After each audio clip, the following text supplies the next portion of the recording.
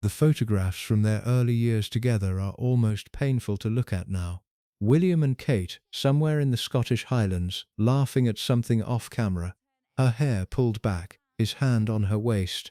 The kind of image that gets printed on commemorative mugs and sold in gift shops near Buckingham Palace. The kind of image a communications team selects very carefully. For about a decade, the British public accepted that image without question. A future king who had survived the worst thing that could happen to a child, losing his mother to a tunnel in Paris while the world watched, and who had grown into someone steady, decent, a man who learned from his father's mistakes, a man who chose love over protocol by waiting for the right woman rather than marrying whoever the palace approved first. That was the story. The actual story is more uncomfortable, and it did not start with a leaked conversation or a tabloid headline. It started with a woman named Rose Hanbury standing in a drawing room in Norfolk at a dinner party hosted by the kind of people who do not speak to journalists. And something was said, or done, or discovered, that made Kate, Princess of Wales, decide she no longer wanted Rose Hanbury in her life. That decision, and everything that followed it, pulled a thread in a piece of fabric that the monarchy had spent years weaving tight. The phrase came later, "nasty piece of work." 3 words, attributed to Rose Hanbury by a source close to her, describing William, not in anger, the way you might expect, more like someone stating a fact they had reluctantly come to accept. 3 words that a palace press operation, a team of lawyers and a de-notice media system were completely unable to contain. This is not a story about infidelity, though infidelity is in it. It is not a story about a failing marriage, though the evidence for that has become harder to dismiss. It is a story about what happens when the systems designed to protect powerful people start to crack, and about the women at the center of that crack who understood exactly what they knew and chose, very deliberately, how much of it to say. The Norfolk set, the country house circuit, the kind of English aristocratic world where everyone knows everyone and discretion is considered a more important quality than honesty. William and Kate moved through that world for years, believing themselves protected by it. Rose Hanbury was part of that world before she ever met them.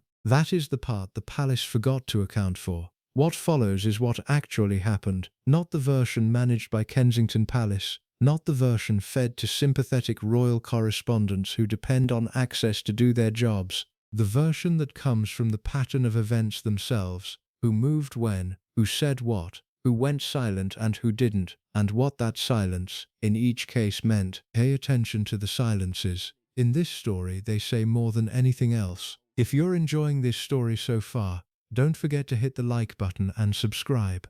Drop a comment telling me where in the world you're watching from. I love hearing from you. There is a particular kind of British institutional memory that decides, collectively and without discussion, what version of a person the public is allowed to keep. Diana got the candle in the wind, Charles got the monster who drove her to it, and William got something more carefully constructed than either. He got the redemption arc.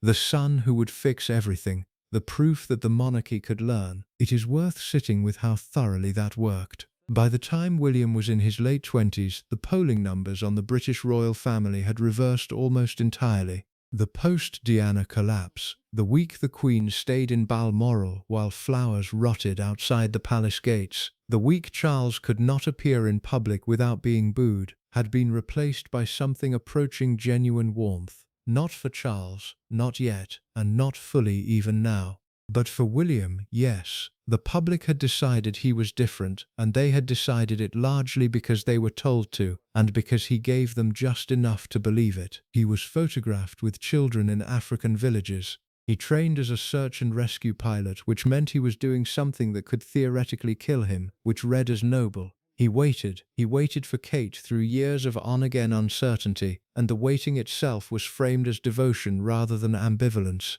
When he finally proposed using his mother's sapphire ring, the symbolism was so precisely calibrated that it is still unclear whether it was a genuine gesture or something a press secretary suggested. It does not matter which it was, it worked. The wedding in April 2011 drew an estimated global television audience of around 2 billion people. The dress, the kiss on the balcony, the second kiss because the crowd asked for it, the RAF fly past. Commentators used words like fairy tale without embarrassment, and the public received it in exactly that spirit. For one morning, the monarchy felt inevitable and correct in a way it hadn't managed since before the 1990s tore it apart. What the public was buying, whether they knew it or not, was a specific product, the idea that this version of the Windsor family had been cleaned up, that the lessons of Diana, the isolation, the infidelity, the institutional cruelty dressed up as protocol, had been absorbed and would not be repeated. William was the guarantee of that. His choice of Kate was the proof.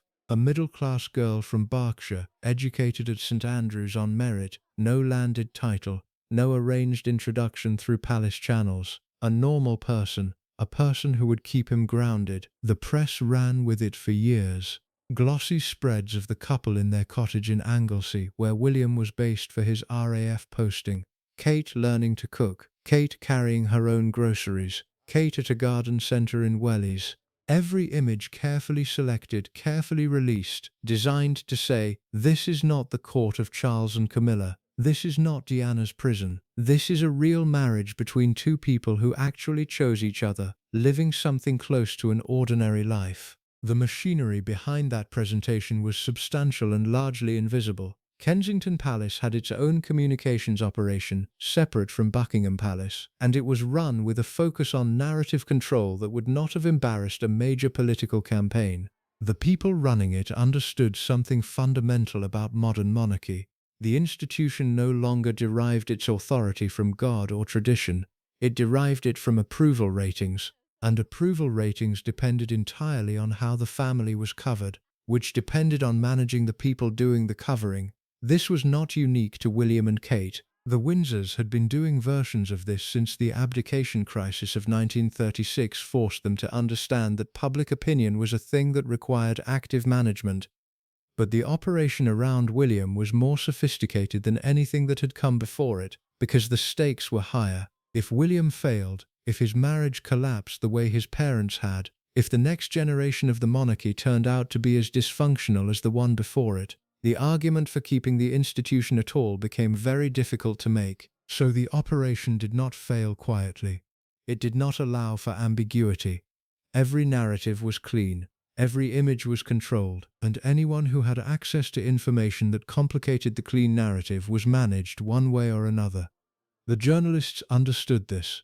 The ones with palace access understood it most clearly. There is an unspoken contract in royal reporting. You get proximity, you get the exclusive photographs and the cooperative interview and the confirmation of information your competitors cannot get. In exchange, you do not run the story that ends your access. You do not publish what you cannot officially confirm, and you definitely do not publish what you have been asked, through intermediaries, to leave alone. This system had functioned for decades. It had survived Diana more or less. It had survived the Andrew problem again more or less. It had survived Harry and Meghan leaving and writing a book and doing a Netflix series and saying loudly in public the kinds of things that the system was specifically designed to keep private. What it was less prepared for was something much older and much closer to home.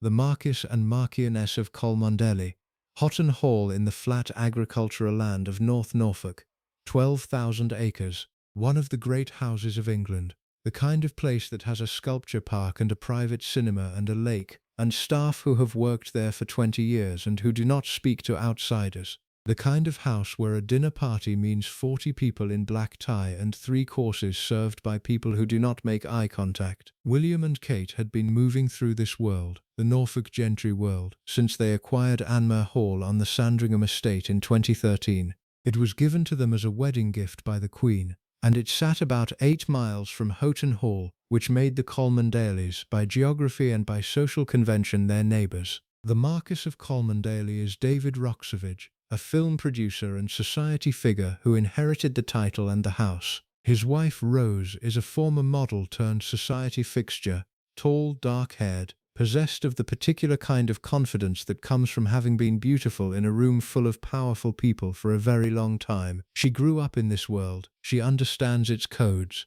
She knows which conversations happen over dinner and which ones happen in the corridor outside, and which ones never happen at all, just exist as understanding between two people who have known each other long enough. Rose and Kate had been friends. That is the baseline. Not acquaintances, not people who nodded at each other across a room.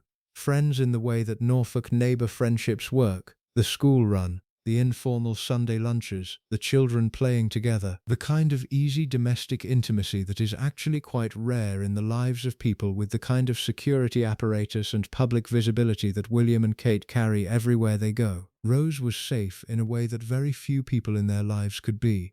She was not a journalist. She was not a courtier with a career dependent on palace goodwill. She was not a member of the public trying to get close to royalty. She was from the same world, older than it in some ways, and she had her own standing that had nothing to do with proximity to the throne. That safety, as it turned out, cut both ways. The public knew almost none of this in the years when William was being built into the image. The Norfolk set existed in newspaper diary columns as a vague social backdrop, occasionally picturesque, never particularly newsworthy. A mention here, a photograph there, nothing that disturbed the central story. The central story, through the 2010s, was one of domestic stability and gradual, responsible preparation for eventual kingship. 3 children, the apartment at Kensington Palace and the house in Norfolk. The public engagements managed to feel meaningful without being overexposed. William increasingly being given more serious responsibilities, being groomed, and that word is appropriate for the institution he would one day lead. What that story required, above everything else, was that the marriage hold. Not just functionally, not just publicly. The marriage had to be the thing it had been sold as, a genuine partnership between 2 people who had chosen each other freely and continued choosing each other, because the entire rehabilitation of the Windsors after Diana rested on that foundation. Remove it, and the argument collapsed. The people running the palace understood this. William understood it. Kate, who had spent the better part of 15 years learning how to exist inside the institution without being destroyed by it, understood it most clearly of all. What none of them could fully control was Rose. Not because Rose was reckless. She wasn't. She is, by all accounts from people who know her, a careful person, a person who understands the value of discretion, a person who had built a life within the same aristocratic code that prizes loyalty and silence above almost anything else. But there is a limit to what anyone will silently absorb, and when that limit is reached, even a careful person will say something to someone in a room where the walls are not quite as solid as they look. William had spent 30 years being managed into the image of something he may never quite have been. Patient, steady, changed by grief, better than his father. The people who knew him well enough, and Rose Hanbury eventually knew him well enough, sometimes concluded differently. Nasty piece of work. That phrase did not come from nowhere. It came from somewhere specific, from experience, from an accumulation of small moments that added up to a clear picture. And it arrived eventually into the wider world through the only mechanism that the palace's considerable machinery was unable to fully shut down: the quiet, determined human tendency to tell the truth to someone you trust. The question that matters is not whether Rose said it. The question is what she knew that made her say it. There is a type of woman the British establishment has always known how to handle. The ambitious one gets managed through access. Give her enough proximity to power that she feels included, make her dependent on that inclusion, and she will protect it. The naive one gets managed through ignorance. She simply does not know enough to be dangerous. The unstable one gets managed through discrediting. A quiet word to the right editor, a suggestion of unreliability, and her version of events becomes unpublishable before she has finished telling it. Rose Hanbury fit none of those categories. That was the problem. She was not ambitious in the way the palace understood ambition. She had not pursued proximity to William and Kate. They had come to her geography, her county, her social world. Holton Hall had been in the Cholmondeley family for 300 years. The Marquessor predated the current version of the British monarchy. When Rose moved through the rooms of that house, she was not doing so on borrowed status. She belonged there in a way that is increasingly rare and that confers a particular kind of freedom, the freedom of someone who does not need anything from you. She had been a model in the 1990s, signed to Storm, the agency that also represented Kate Moss. Not a supermodel, not a household name, but present in that world. The Vogue shoots, the society columns, the orbit of people whose photographs end up in the kind of magazines that sit on the coffee tables of houses like Harton Hall. She was 24 when she married David Roxovich, who was 40 at the time. The age gap was noted and promptly forgotten, because the marriage settled into something that looked, from the outside, genuinely solid. They had children, they ran the house. They threw the kind of parties where the guest list reads like a collaboration between Debrett's and a gallery opening. By the time William and Kate became their Norfolk neighbours in 2013, Rose was in her mid-30s, thoroughly embedded in the county set, and possessed of a social confidence that had nothing performative about it. She did not need to impress anyone. She was already where she was going. Kate liked her. That matters, because Kate's friendships are not casual. The life of a working royal does not permit casual friendship. Every person you allow close to you represents a potential point of exposure, and the institution manages that exposure with something approaching paranoia. The fact that Kate brought Rose inside the circle of genuine warmth, rather than keeping her at the polite distance that protocol could have justified, says something about how Rose presented herself. Safe, discreet, one of us. The friendship that developed between them was the kind that forms between women in the same social geography who share certain practical realities, children of similar ages, husbands who got on. The logistics of life in large country houses with staff and events and the particular social demands of that world. They saw each other regularly. They spoke. There was, by multiple accounts from people who moved in those circles, genuine warmth on both sides. This is important to establish cleanly because what came later has been framed almost universally as a story about William and Rose.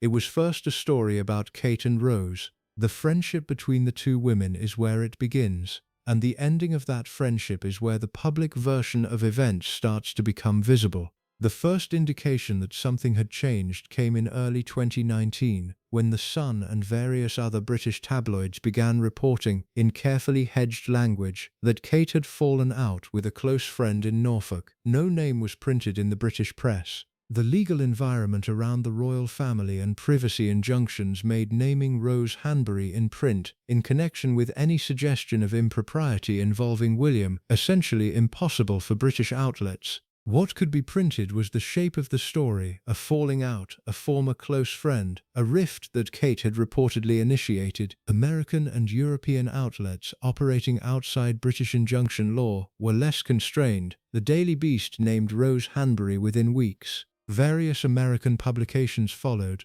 The story that emerged from these outlets was that Kate had decided to phase out Rose from their social circle, and that this decision was connected to William. The palace's response was striking in its directness. Kensington Palace contacted at least one major British newspaper and, through legal representatives, made clear that any publication of Rose Hanbury's name in connection with speculation about William's fidelity would result in legal action. This is not standard procedure. The palace issues statements pushing back on inaccurate reporting. It sometimes threatens legal action over egregious intrusions into privacy, but the proactive, pre-publication legal warning sent to newspapers before a story had even been fully formed, that was unusual enough to be noticed. What it achieved in Britain was silence, complete, thorough, legally enforced silence. The name Rose Hanbury did not appear in British print media in any suggestive context for months. The story existed online in American publications, in whispered conversations at the kind of dinner parties Rose herself might have attended, but it did not achieve the critical mass of mainstream British coverage that would have forced a response. And the palace, which had long understood that a story without mainstream British coverage was a story it could contain, allowed itself to believe the problem was managed. It was not managed. It was paused. Rose herself said nothing publicly. She gave no interviews. She did not appear on the steps of Houghton Hall with a statement. She did not hire a PR firm to rehabilitate her image. She continued to exist in exactly the way she always had, attending the events she attended, raising her children, running her house, and that silence was read by the palace's communications operation as compliance. That reading misunderstood something fundamental about Rose Hanbury. She was not silent because she had been bought or threatened or persuaded.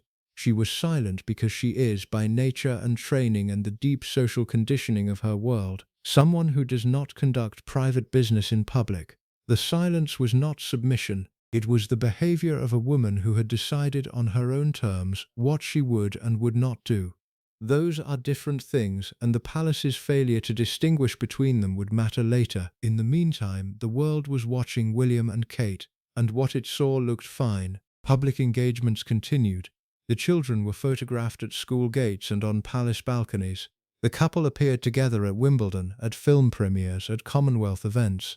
The image held, but people who were paying close attention noticed certain things. The warmth that had characterized early photographs of William and Kate, the physical ease, the private jokes made public by a camera's timing, the sense of two people who were genuinely glad to be standing next to each other, had become more effortful, not absent, not performed in an obvious way, but the spontaneity had been replaced by something more managed. They stood closer than they used to, in a way that looked like staging rather than habit. Commentators who raised this were accused of cynicism. The couple had been together for over a decade by this point, the argument went. Of course, the giddiness of early courtship had given way to something quieter. That is what long marriages look like. That is in fact what a real relationship looks like, as opposed to a performance of one. The argument was reasonable. It also served the palace's purposes perfectly. The people in Norfolk who actually knew them, who had dinner with them, who saw them in the unmanaged moments between public appearances, were drawing their own conclusions. Those conclusions did not make it into the press. The social code of the county set is enforced not by lawyers but by something older and more effective. The simple knowledge that your world is small, that everyone knows everyone, and that the person you speak to today has lunch with the person you're speaking about next week. Rose was inside that code. She understood it better than anyone, which means that when she said what she said it to someone she trusted completely, in a context she believed was private, and she said it because something had happened that made the normal social code feel insufficient. Nasty piece of work. There is a particular weight to that phrase in the context of the world Rose comes from. In the aristocratic English social register, that is not a throwaway insult. It is a considered judgment. The language of that world, when it turns critical, tends to be restrained almost to the point of comedy. Not easy means difficult, can be challenging means awful. Not always at his best means drunk or cruel. Nasty piece of work sits at the far end of that scale. It means something specific. It means a pattern of behavior. It means repeated, deliberate, directed unpleasantness. It is the kind of thing you say about someone after you have given them several opportunities to be something else and they have declined every one. The phrase reached the press eventually, as these things do, through the network of sources who exist at the boundary between the aristocratic world and the media world. People who have one foot in each and who understand the value of what they carry between them. It was reported in a limited way, attributed to a source close to Rose, and the palace's legal operation was either unable or unwilling to pursue it with the same aggression it had applied to earlier coverage. Perhaps because by that point, the larger situation had changed in a way that made the specific phrase seem almost secondary. What mattered was the picture that was forming, not from any single source, not from any single story, but from the accumulation of details that, taken together, described something about William and Kate's marriage and about the role that Norfolk and its social world had played in whatever had happened between them. Rose Hanbury had never been meant to be a public figure in this context. She had been a peripheral character in the story of the Prince and Princess of Wales, a neighbour, a friend, a face at a charity event, the kind of person who exists in the background of official photographs and is not identified in the captions. The palace had assumed that peripheral characters stayed peripheral. That assumption rested on leverage, on the idea that proximity to power was something people wanted to protect, and that the threat of losing it would keep them quiet. Rose Hanbury did not need proximity to the Wales household. She had her own house, her own 300 years of history, her own standing in a world that predated the current monarchy and would in all probability outlast it.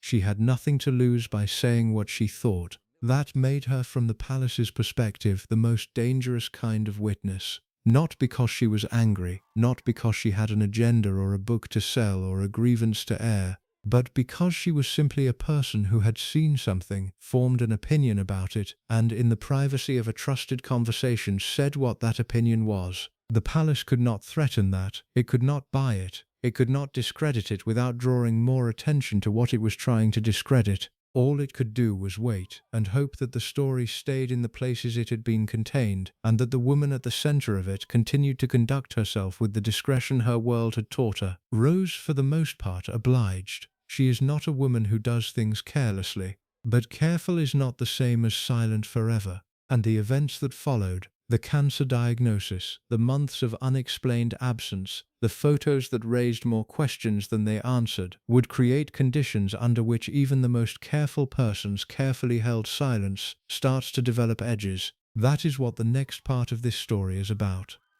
Norfolk is not what most people picture when they picture the British royal family. The London version of the monarchy is all ceremonial stone and gilded gates, Buckingham Palace at the end of the Mall, the Horse Guards on Whitehall, the kind of architecture specifically designed to make the people standing in front of it feel small and far away. That version of the institution is a performance. It knows it is a performance. The entire apparatus is calibrated to produce awe at a manageable distance. Norfolk is the opposite. Flat, agricultural, quietly wealthy in the way that Old English land wealth tends to be. Not flashy, not obvious, but deep and old and connected to everything that actually matters in that world. The roads are narrow, the villages are small, the houses are very large and very private and set back from everything behind walls and tree lines that have been growing for 200 years. The people who live there know each other in the way that people know each other when their grandparents knew each other's grandparents, and the social currency of the place is not money or status in any contemporary sense but something older, belonging. Whether you are from here, whether you understand how this works. The Queen understood this. She spent as much time at Sandringham as protocol allowed, and her attachment to the place was genuine in a way that her attachment to Buckingham Palace, which was always more duty than home, never quite was. When she gave William and Kate Anmer Hall as a wedding gift, she was not simply being generous, she was placing them inside the geography that had always for the Windsors represented the closest thing to private life the family could access. Anmer Hall sits on the Sandringham estate, which means it sits within a managed perimeter. The estate covers roughly 20,000 acres, and while it is not a fortress, the combination of land ownership and long-standing local loyalty means that the kind of casual intrusion, the photographer climbing a fence, the journalist knocking on a door, that dogs the family in London is substantially reduced. People in that part of Norfolk do not talk to the press about their neighbours. It is not considered acceptable. The local economy depends to some extent on the estate, and even among those it doesn't, the social code around discretion is old enough and strong enough to function as its own enforcement mechanism. William and Kate moved there with genuine relief. The contrast with London, where every public appearance required a full security operation and every outing was potentially photographable, was substantial. In Norfolk they could, within limits, approximate something like normal life. School runs, walks on the beach at Holkham, Sunday lunch at the pub occasionally, with people they actually liked rather than people they were required to be seen with. The people they actually liked in that geography were the Norfolk set. This is not a formal group. There is no membership, no committee, no name that the people within it would use to describe themselves. It is simply the loose network of landed gentry, old money, and the occasional newer arrival wealthy enough to have purchased into the world, who socialize with each other across North Norfolk and who, by virtue of proximity and shared social code, became the Wales's primary civilian social circle. The Colmondelays were the most prominent of these. Holton Hall is the grandest house in that part of the county. The kind of property that appears on English heritage lists and hosts sculpture exhibitions that get reviewed in the broadsheets. Hosting a sculpture park and major art events gave the house and its owners a public-facing cultural profile that the purely private county families lacked, which meant Rose and David existed at a slight angle to the rest of the set. More visible, more connected to the wider world of London arts and society, but fundamentally rooted in the same Norfolk geography as everyone else. The friendship between the two couples developed in the way these things develop in that world, through repeated proximity at social events, through the children, through the gradual accumulation of shared meals and casual visits that turns acquaintance into something closer. By the mid-2010s, the Colmandales and the Waleses were seeing each other regularly enough that the friendship was considered established, settled, one of those social facts that the county set registers and then stops remarking on. What went on inside that friendship in the private space of those dinners and visits is not publicly documented. That is the nature of the world. But the shape of social relationships in a small, close community is something that community perceives even when it cannot describe it exactly, and several things were perceived. William got on well with Rose. This is the baseline from which everything else develops, and it is worth being precise about what it means. In a social world built on surface ease and practiced charm, getting on well covers a vast range of actual connection, from genuine intellectual compatibility to simple physical attraction with a social veneer over it. Which of those applied here, and in what combination, and how that combination shifted over time, is not something that can be stated as fact. What can be said is that multiple people who moved in those circles registered that the William-Rose dynamic had a particular quality to it, an ease, an animation, something that the more managed quality of William's public persona did not quite account for. Kate noticed. Of course she noticed. She is not a person who misses things in her immediate social environment. 15 years of navigating the palace had made her, among other things, extremely skilled at reading rooms and people and the subtle register of social dynamics.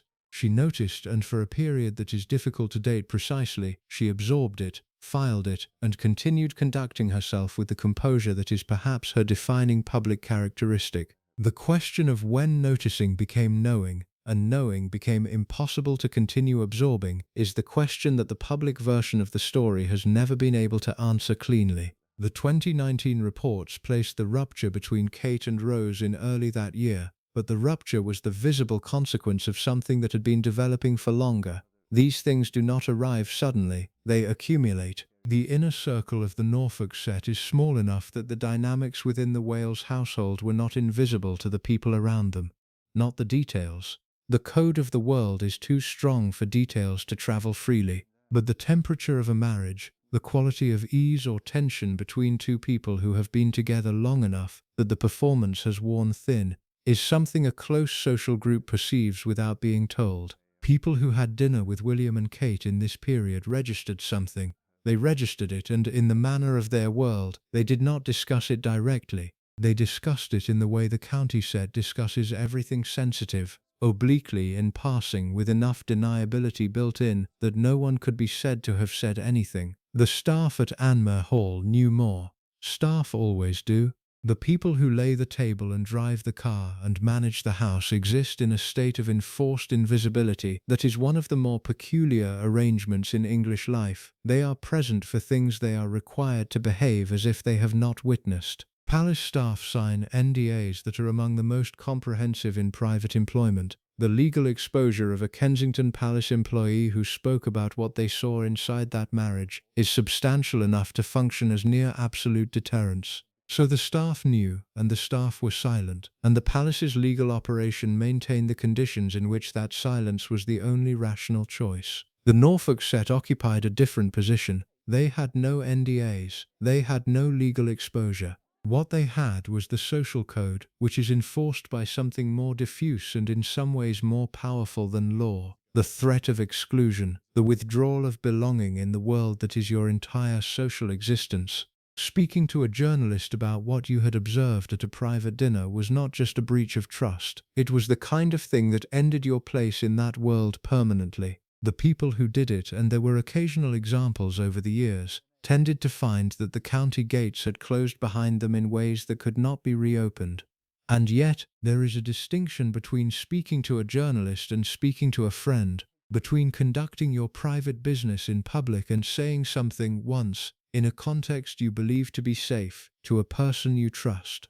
The social code polices the first rigorously. The second is beyond its reach because it happens inside relationships, in the private spaces that even the most comprehensive code of discretion cannot fully enter. This is the mechanism by which most information that the palace would prefer to suppress eventually finds its way into the world.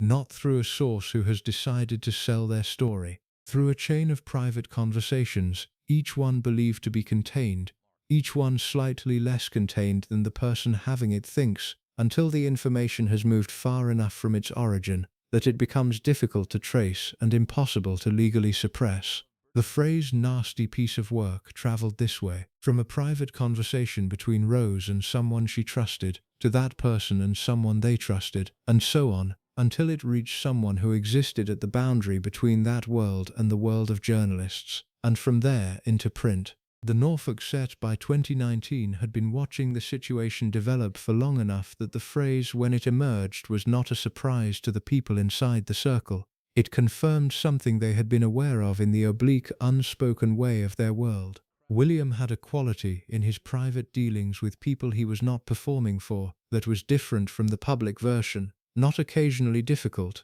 not prone to bad days, something more consistent than that, something that the people who experienced it, once the protective layer of royal proximity was removed from the calculation, described in terms that were markedly less flattering than the official image. The official image had been built over 30 years. It was robust in the way that structures built with enormous resources and sophisticated management tend to be robust. It could withstand a great deal. What it could not withstand was close inspection by people who had no reason to maintain it. Rose Hanbury had been close enough for long enough to inspect it thoroughly. The question of what exactly she had seen during that inspection leads to the part of the story that the palace spent the most energy attempting to suppress: the specific nature of what happened between William and Rose, and when it happened, and what Kate knew about it and when. The answers to those questions are not fully in the public domain. Probably they never will be. The legal architecture around the royal family, combined with the social architecture of the world these people inhabit, is specifically designed to ensure that certain things remain permanently unconfirmable. But unconfirmable is not the same as unknown, and the pattern of behavior that surrounds a thing, who moved away from whom, who went silent and when, who deployed lawyers and why, who said something in a room that they did not expect to travel, tells its own story, in the way that the shape of an absence tells you something about what used to fill it. The Wales marriage by 2019 had a very particular shape of absence in it, and the Norfolk set, the inner circle that had watched it develop, understood what that shape meant even if none of them would say it directly. Rose in the end said it, not in the way the palace feared most, not in a newspaper, not in a memoir, not in a carefully negotiated interview, in a room to someone she trusted, in the plain, tired language of a person who has arrived at a conclusion after a long time of not wanting to. Nasty piece of work. The geography of Norfolk, the flat fields and the large houses and the small world where everyone knows everything and says nothing, had contained that conclusion for long enough. It had not contained it forever. Rumors about powerful people do not begin the way most people imagine. The popular version of how a scandal starts involves someone deciding to talk, a disgruntled employee, a spurned lover, someone with a grievance and a journalist's phone number. That version is clean and causal and mostly wrong. The way information actually moves out of closed worlds into public ones is slower, more accidental, and far harder to trace or stop, because it does not travel as a decision, it travels as conversation. Someone says something at dinner. The person they said it to mentions it carefully to someone else. That person carries it into a different social circle, where it is received as interesting rather than dangerous, and repeats it with slightly less care. By the time it reaches the boundary between the private world and the media world, it has passed through enough hands that its origin is genuinely difficult to locate, and the person who first said it can, in most cases, plausibly claim they never intended it to go anywhere.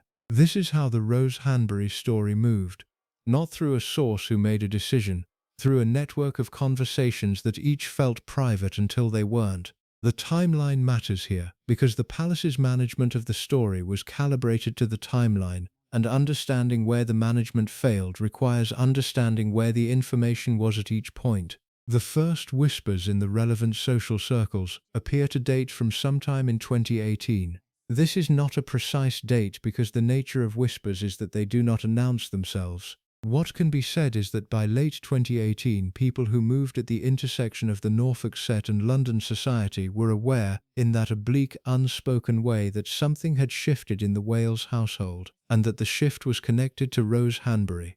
The connection was not at this point a story, it was an atmosphere. The kind of thing that exists in social awareness before it exists in language, a slight adjustment in how people positioned themselves at events where both households were present, a careful neutrality in how certain people discussed both couples, a quality of knowing without saying that the English social world manages with particular skill. The shift from atmosphere to story happened incrementally, and the first person to push it toward language in any semi-public way was almost certainly not anyone from inside the Norfolk set. It was someone from the wider London orbit, someone who had heard the whispers second or third hand, and who existed close enough to the media world that the distinction between a private conversation and a usable piece of information was less clear in their daily life. By early 2019, the story had reached the tabloids, not as a publishable narrative with named sources and confirmed details, but as a thing that editors and senior journalists were aware of, discussing among themselves, attempting to verify and finding the verification path blocked at every turn.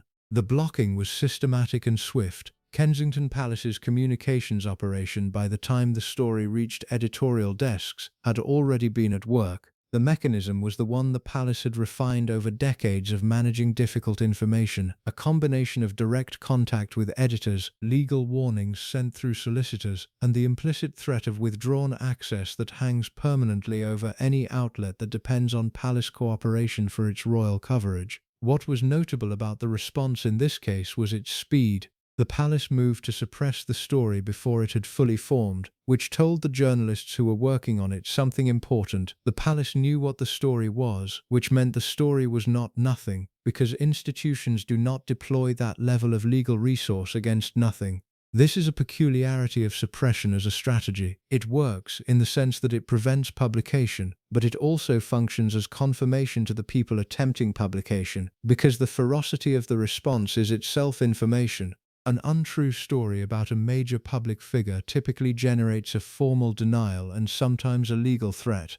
A true story, or a story close enough to the truth to be dangerous, generates the kind of response the palace deployed in early 2019, proactive, aggressive, and specifically targeted at preventing the story from reaching the point where denial becomes necessary.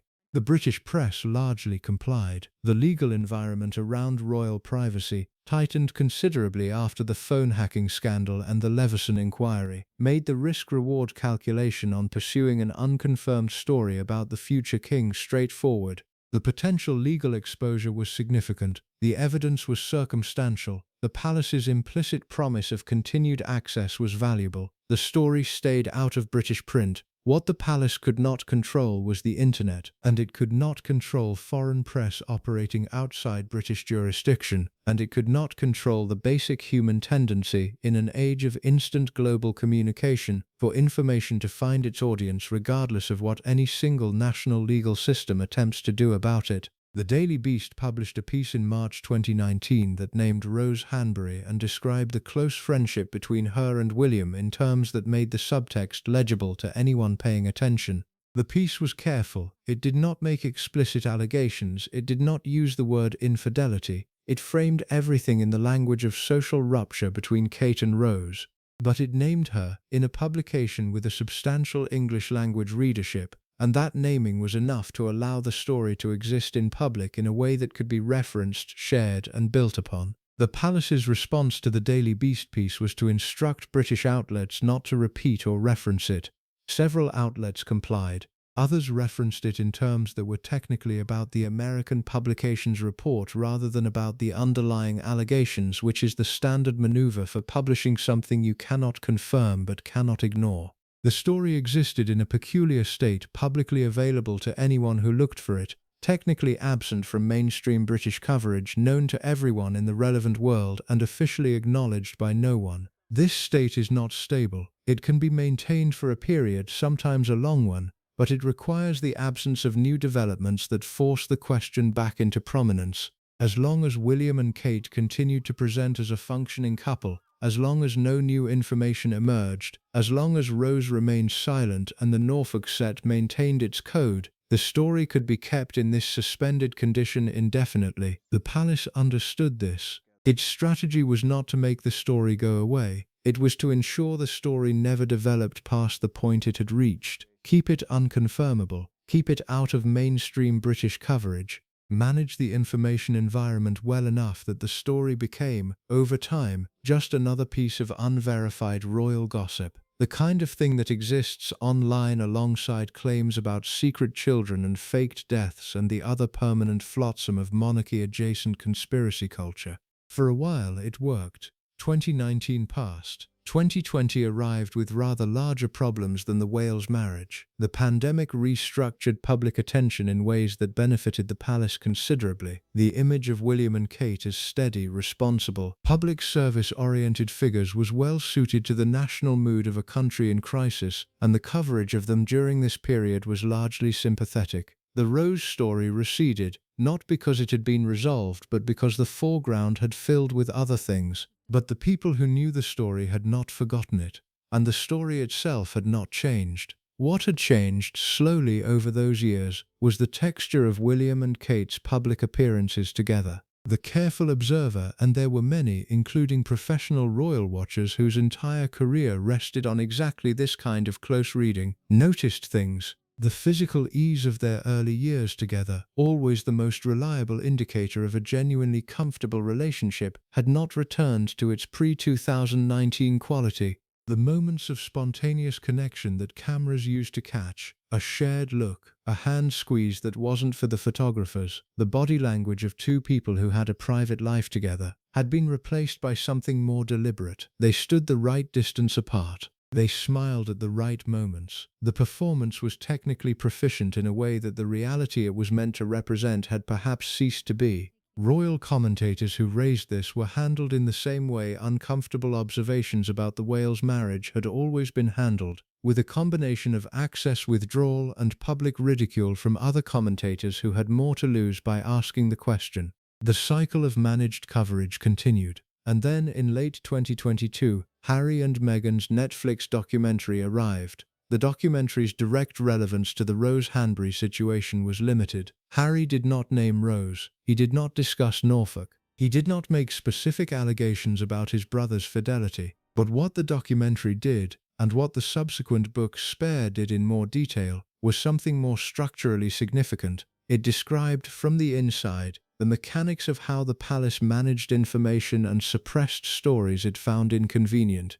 Harry's account of specific instances where the palace had briefed against him and Meghan, while simultaneously presenting a public face of family unity, gave people outside that world a functional map of how the institution operated. The plausible denial, the intermediary briefings, the willing journalists, the access for compliance trade. Readers who absorbed that map and then looked at the Rose Hanbury situation saw it differently. The pattern Harry described was precisely the pattern that had been applied to the Hanbury story. The proactive legal warnings, the compliant British press, the story that everyone knew and no one published, the managed image of domestic stability maintained through a combination of legal threat and journalistic dependency. Harry had not intended, or perhaps had intended, to provide a decoder ring for understanding his brother's marriage.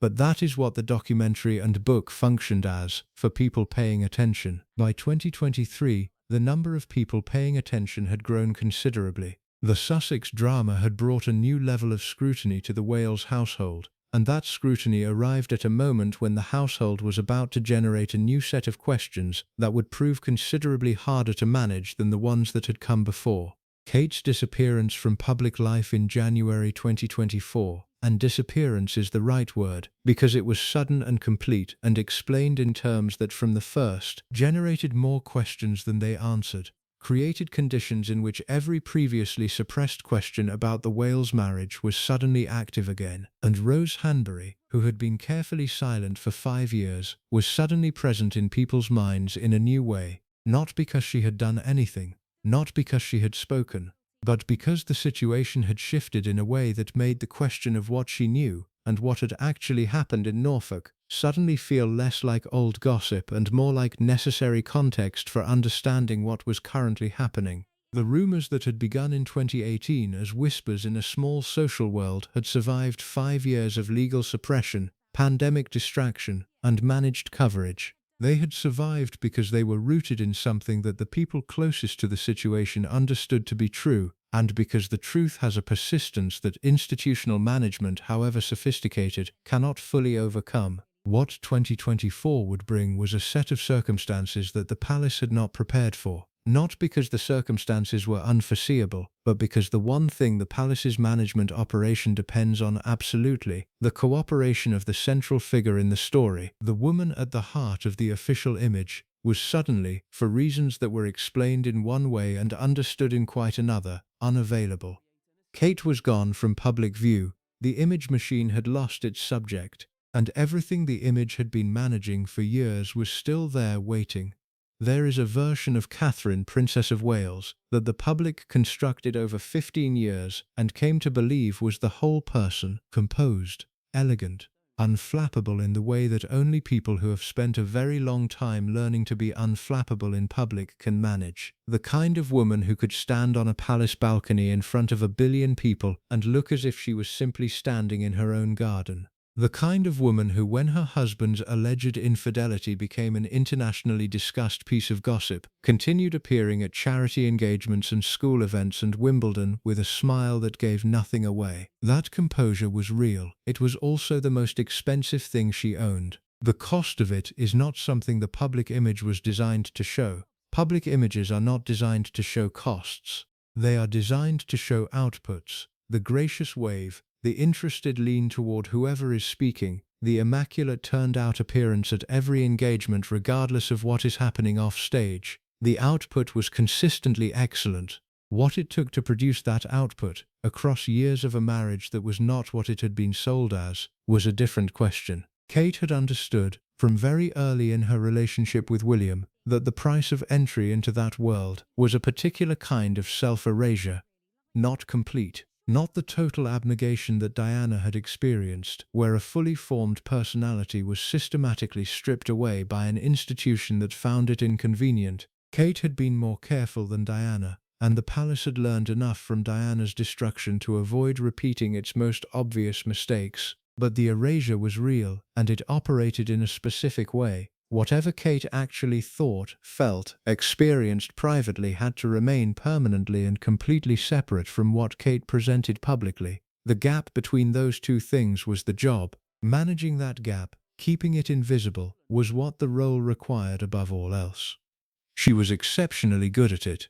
People who worked with her, who sat in meetings with her, who observed her in the semi-private spaces of royal engagements, consistently described someone who was warm and engaged and present, not performing engagement, actually present, but present in a way that never revealed the interior. The warmth was genuine, the opacity was equally genuine. She had found a way to be both, simultaneously so completely that the two things had become indistinguishable. This is a particular psychological achievement. It is also, over time, a particular kind of damage.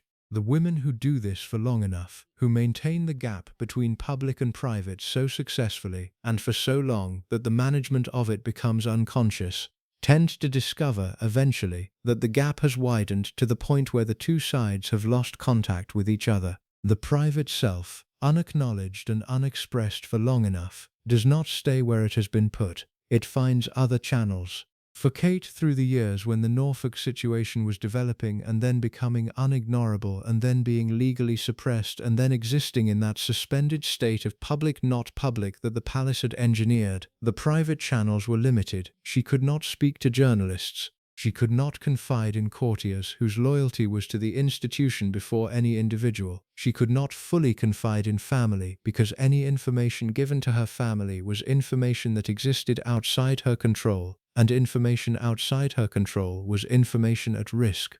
The friends she had, the real ones rather than the social ones, were few and carefully held. Her sister Pippa, who understood the world Kate inhabited better than most civilians could, a handful of people from before the royal life who had proved, over years of testing, that proximity to her title was not the reason for their friendship.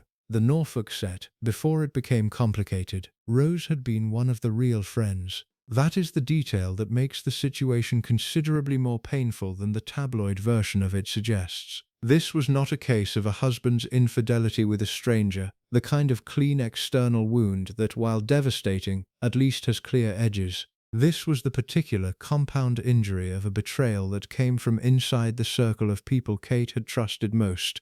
Not just William, if the allegations are to be believed. Rose too, a friend. Someone who had been inside the domestic warmth, who had sat at Kate's table, whose children had played with Kate's children. The ending of the friendship with Rose, which Kate reportedly initiated, was the only unilateral action available to her. She could not confront the situation publicly. She could not leave, not then, not in the immediate aftermath of whatever she had learned, because leaving the heir to the throne is not a decision that can be made quickly or cleanly, and the palace's interest in the marriage's continuation was not incidental to her life but central to it. She could not even speak about it in terms that would constitute acknowledgement. What she could do was remove Rose from her life, draw the circle tighter, take back the one piece of ground that was hers to take. The decision was read by the people around it as Kate's. That framing matters. In a situation where almost everything was beyond her control, the public image, the legal strategy, the palace's management decisions, William's behavior, the decision to end the friendship was hers. The palace did not tell her to do it. William, by most accounts, was not in favor of it, because the abruptness of the social rupture was more visible than the status quo had been, and visible was the thing the palace most wanted to avoid. Kate did it anyway. That small act of autonomy, in the context of everything she had absorbed without visible reaction, was notable to the people who understood the situation. She had tolerated a very great deal with composure. This she would not tolerate. This specific thing, the friend, the woman in her own social world, the person who had been inside the domestic warmth, this she was unwilling to absorb. The social rupture was noticed in the county set immediately. The Cholmondeleys and the Waleses had been a social unit for years. Their sudden separation, the absence of the Cholmondeleys at events where they would previously have appeared, the missing dynamic at dinners and gatherings, was the kind of gap that a small social world notices and reads correctly even without being told anything. Nobody was told anything.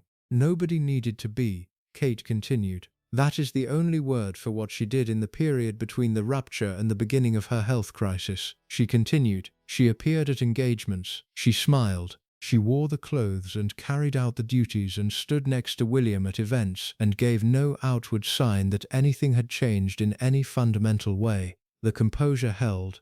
The image held. What it cost her to hold it is not fully knowable. The human body keeps records that the managed self tries to conceal, and there are people who observed Kate in the years following 2019 who noted things. A quality of tiredness that was different from the ordinary tiredness of a busy public life. A weight loss that was attributed to various things, and that generated the usual cycle of tabloid speculation and palace rebuttals. A quality that some people described as fragile in a way that the word did not quite fit the woman they had known before. None of this is evidence of anything specific. Bodies tire, weight fluctuates. The demands of Kate's life, entirely apart from any personal difficulty, were objectively enormous. 3 children, a full public program, the preparation for a future role that would be the most scrutinized position in British public life. Any one of those things would account for the observations. What cannot be fully separated out is the cumulative weight of the gap, the years of managing the distance between what was real and what was presented, the silence that the situation required, not just publicly but privately, in the absence of any space where the truth of it could be spoken without consequence. The palace's management of the Hanbury story had been, from the institution's perspective, a success. The story had been contained. The marriage had continued to function publicly. The image had held. But the management had required Kate's silence as its central mechanism, and Kate's silence had a cost that the institution was not designed to calculate or care about. The palace is not in the business of personal well-being. It is in the business of institutional continuity. Those are different businesses. Then January 2024 arrived. Kate went into hospital on the 16th for what was described as planned abdominal surgery. The initial statement was brief, uninformative, and calibrated to suggest that the matter was routine. She would be in hospital for 10 to 14 days. She would return to public duties after Easter. There was nothing to be concerned about. The public largely accepted this, a planned surgery. Unfortunate timing, but these things happen. The well-wishes were genuine and numerous. The coverage was sympathetic, and then she did not come back. The weeks passed. Easter came and went. Kate did not return to public duties. The palace issued periodic statements that were notable for what they did not say rather than what they did. She was recovering well. She was focusing on her health. She was grateful for the public's support. The statements were careful in the way that palace statements are always careful, with every word chosen to foreclose a specific line of questioning while leaving adjacent lines technically open. The public, which had accepted the initial framing, began to ask questions. Not the tabloid press, not immediately. The palace's management of royal health information is sufficiently practiced that the mainstream media tends to follow its lead for a reasonable period. The questions came first from the internet, from the spaces where the palace's management strategies have the least purchase. Where was Kate? The question seems simple. It was not simple. It was the question that, once asked loudly enough and persistently enough, would pull back the curtain on everything the palace had been managing for years. Because the answer to "where is Kate" connected, for anyone who had been paying attention to the previous 5 years, to a set of other questions that had been carefully kept off the public agenda. The Rose Hanbury story, which had been in suspended animation since 2019, was suddenly and unavoidably relevant again.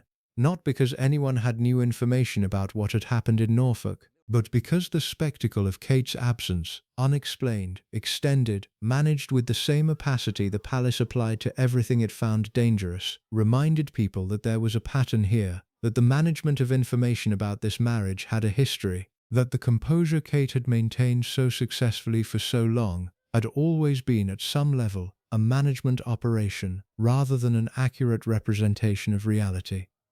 The photograph came in March 2024, Kate with her children in a garden, released through the official channels, intended to demonstrate that she was alive and well and simply recovering privately. It was, by any standard of photographic analysis, altered, significantly altered. The metadata was wrong. The image had visible inconsistencies that any moderately attentive person with image editing knowledge could identify. Major news agencies withdrew it. The palace's response to the photograph debacle revealed the strain that the management operation was under. The statement attributing the alterations to Kate herself, she had edited the photo, it was a personal image, it was not unusual for personal images to be edited, was technically defensible and practically disastrous. It transformed a health story into a credibility story. The question was no longer just "where is Kate?" but "why is the palace lying about where Kate is, and what else has it been lying about?" Those two questions in combination opened a door that the palace had been holding shut for 5 years. The silence that had protected the institution, Kate's silence, Rose's silence, the silence of the Norfolk set, the silence of the British press, had been sustainable as long as the central image was intact. Kate, visible and composed and publicly present, was the load-bearing wall of the whole structure. She was no longer visible. The load-bearing wall was gone. And the structure that it had been supporting, the managed image of a stable marriage between two people who had chosen each other and continued to choose each other, was suddenly exposed to the full weight of everything it had been designed to conceal. The silence had held for years. It had held through legal threats and editorial compliance and the deep social code of a world that prizes discretion above almost everything. It had held through a pandemic and a Netflix documentary and a book, and the sustained public curiosity of a global audience. It held because Kate held it. When Kate could no longer hold it, the silence began to break. Not loudly, not all at once, in the way that silences break. At the edges first, in the places where the pressure had always been greatest, in the words that careful people had been holding back for longer than was perhaps good for them. Nasty piece of work. The phrase had been in circulation for years by the time Kate's absence made it newly resonant, but the context in which it was now received was different. It was no longer just a piece of unverified gossip about a man who presented well in public. It was a data point in a picture that was becoming piece by piece visible. The picture was not flattering. 3 words, 11 letters.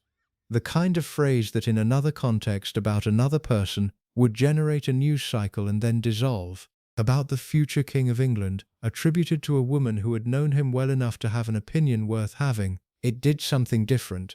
It lodged. It circulated. It survived every attempt to make it go away. And it survived because of where it came from, and who said it, and what the people who heard it understood about the source. The phrase itself is worth examining before anything else, because the language is doing specific work. Nasty piece of work is not the vocabulary of anger. An angry person, describing someone who had wronged them, reaches for something sharper, something that names the specific injury, that performs the specific grievance. Nasty piece of work is the vocabulary of assessment.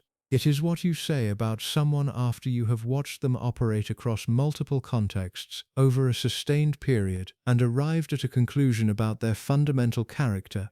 It is clinical in a way that personal anger rarely is. It describes a pattern, not an incident. The fact that it was delivered by all accounts without particular heat, stated rather than spat, the way you might state an observation about the weather or the state of the roads, made it more rather than less significant to the people who heard it. Rose Hanbury is not, by the accounts of anyone who knows her, a dramatic person. She does not perform emotion. She does not make sweeping pronouncements for effect. The understatement is native to her world, and her use of those 3 words in that register was precisely what gave them weight. She was not venting. She had reached a conclusion. The question of when exactly the phrase entered the semi-public record is not fully resolvable. The nature of the chain of conversation through which it traveled means that precise dating is impossible. What is clear is that it was in circulation among people who moved between the aristocratic world and the media world by sometime in 2023, and that it achieved a wider public profile in the context of the renewed attention to William and Kate that Kate's extended absence generated in early 2024.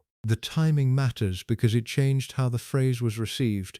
In 2019 or 2020, in isolation it would have been a piece of insider gossip, interesting to people who followed royal affairs closely, irrelevant to the general public whose relationship with William was still substantially defined by the managed image. By 2024, received in the context of Kate's disappearance and the photograph scandal and the growing sense that something serious was being concealed, it was received differently. It was received as confirmation of something people were already beginning to suspect. This is how public opinion about powerful people actually shifts, not through a single revelation, but through the accumulation of data points that, once a sufficient number of them exist, reorganize themselves in the viewer's mind into a coherent picture. The picture was of a man who was not what his image described, a man who was, by the considered judgment of someone who had known him in private, a nasty piece of work. A man whose wife had spent years maintaining a public composure that was, at least in part, the composure of someone absorbing something they could not publicly acknowledge. A man whose palace apparatus had spent years deploying considerable legal and institutional resources to prevent a specific story from reaching the public. The phrase arrived into that context and fit it exactly. The palace's response to the phrase circulation was constrained in a way that its earlier responses to the Hanbury story had not been. In 2019, the legal warnings had been sent before the story had fully formed, when the target was a set of allegations that could be framed as unverified and defamatory. The phrase nasty piece of work presented a different legal challenge. It was an opinion. Opinions under English defamation law are substantially harder to suppress than factual allegations. The palace could not send a legal warning demanding that a newspaper not report that someone had expressed a negative opinion of the future king. The law did not support that intervention. What the palace could do was the thing it always did when direct suppression was unavailable: manage the context, ensure that sympathetic commentators were available to provide alternative framings, ensure that the phrase, when it was reported in ways that emphasized its unverifiable provenance, create enough noise around the signal that the average person could not be certain what was true. This strategy had worked before. It worked less well in 2024 than it had in previous years, for a specific reason. The credibility of the palace's communications operation had been damaged, progressively and significantly, by a series of events that each individually might have been survivable, but that in combination had created a picture of an institution that did not tell the truth. The Harry and Meghan situation had provided detailed, named testimony about how the palace shaped narratives to serve institutional interests at the expense of individual ones. The photograph incident had provided a concrete, recent example of the palace releasing manipulated material and then managing the response to it in ways that were technically accurate and practically misleading. The extended absence and the series of statements that explained nothing while appearing to explain everything had established in the public mind a baseline assumption that what the palace said about Kate's situation was not the full picture. Against that backdrop, the palace's implicit suggestion that the nasty piece of work attribution was unreliable or unverified landed with less force than it would have in an earlier era. People who had been given reasons to distrust the institution's account of things were not inclined to accept its account of what Rose Hanbury had or had not said. The phrase also resonated in a way the palace had not anticipated because it connected to something the public had been processing, largely unconsciously, for some time. The managed image of William had been so carefully maintained that any crack in it had an outsized effect. People who had genuinely believed in the Golden Prince, and many had for reasons that were not irrational given the evidence available to them, experienced the accumulating revelations of 2023 and 2024, not just as disillusionment with a public figure, but as something more personal. The story they had been told, the story they had invested in, had been managed rather than true. Nasty piece of work was the phrase that named what had been replaced. Not the specific allegations about Norfolk, not the specific questions about Kate's health and what was being concealed about it. The thing underneath all of it, the character assessment, the private truth about the person behind the image. The thing that rose with the directness available only to someone who has nothing to lose and no reason to maintain the fiction, had said plainly. There were people in the British press who had known for years some version of what Rose knew, journalists who had been briefed off the record, who had information they could not publish, who had been on the receiving end of the palace's legal management of the story. These people had their own assessments of William that were not reflected in their published coverage. The phrase, when it circulated, was not news to them, but its circulation gave them something they had not previously had, an attributed opinion from a named source, however obliquely attributed, that aligned with what they privately knew and could now at least gesture toward in print. The coverage that followed was careful in the way that British royal coverage is always careful. No outlet published the phrase with a full account of its provenance and meaning. The legal environment remained what it was, but the phrase entered the vocabulary of the story. It became a reference point, a shorthand, something that could be nodded toward in commentary without being fully unpacked, and in the space the phrase opened, other things became possible to say. The quality of William's public behavior, which had always been managed toward the image of steady patience, began to be examined with less charity. Incidents that had been individually explained away or simply not reported. The sharpness with staff that people who worked with him had noted privately. The quality of imperiousness that various sources described as his default register when the performance was not required. The specific way he apparently dealt with people who had disappointed or inconvenienced him began to form a different picture when placed alongside the phrase. The picture was not of a monster. It was not that simple, and Rose had not suggested it was. A nasty piece of work is not a diagnosis of evil. It is an observation about how someone treats people when the circumstances that require them to be pleasant are no longer present, when the camera is off, when the access is already secured, when the person in front of you has nothing left to give you and no power to harm you. That specific kind of behavior, the charm available to people who are useful, the coldness available to people who are not, is not unusual among very powerful people who have never been required to be accountable. It is in fact predictable. What made it significant in William's case was the specific contrast with the image. The image had been built on the idea that he was different, that the grief, the public Diana, had produced someone who understood the cost of cruelty, who had been changed by loss in the way that loss is supposed to change people. Rose's assessment, delivered without drama in a private room in Norfolk, was that whatever loss had done to him, It had not done that. The wall that the phrase broke was not primarily a legal wall or a media wall, though it cracked both. It was the more intangible but more significant wall of the image itself, the accumulated 30 years of careful management that had produced, in the public mind, a version of William that the people who knew him privately had increasing difficulty recognizing. Once a phrase like that is in circulation, attributed to a specific source with the standing and proximity to mean something, that wall cannot be fully repaired. The image can be maintained, the legal operations can continue, the sympathetic coverage can persist.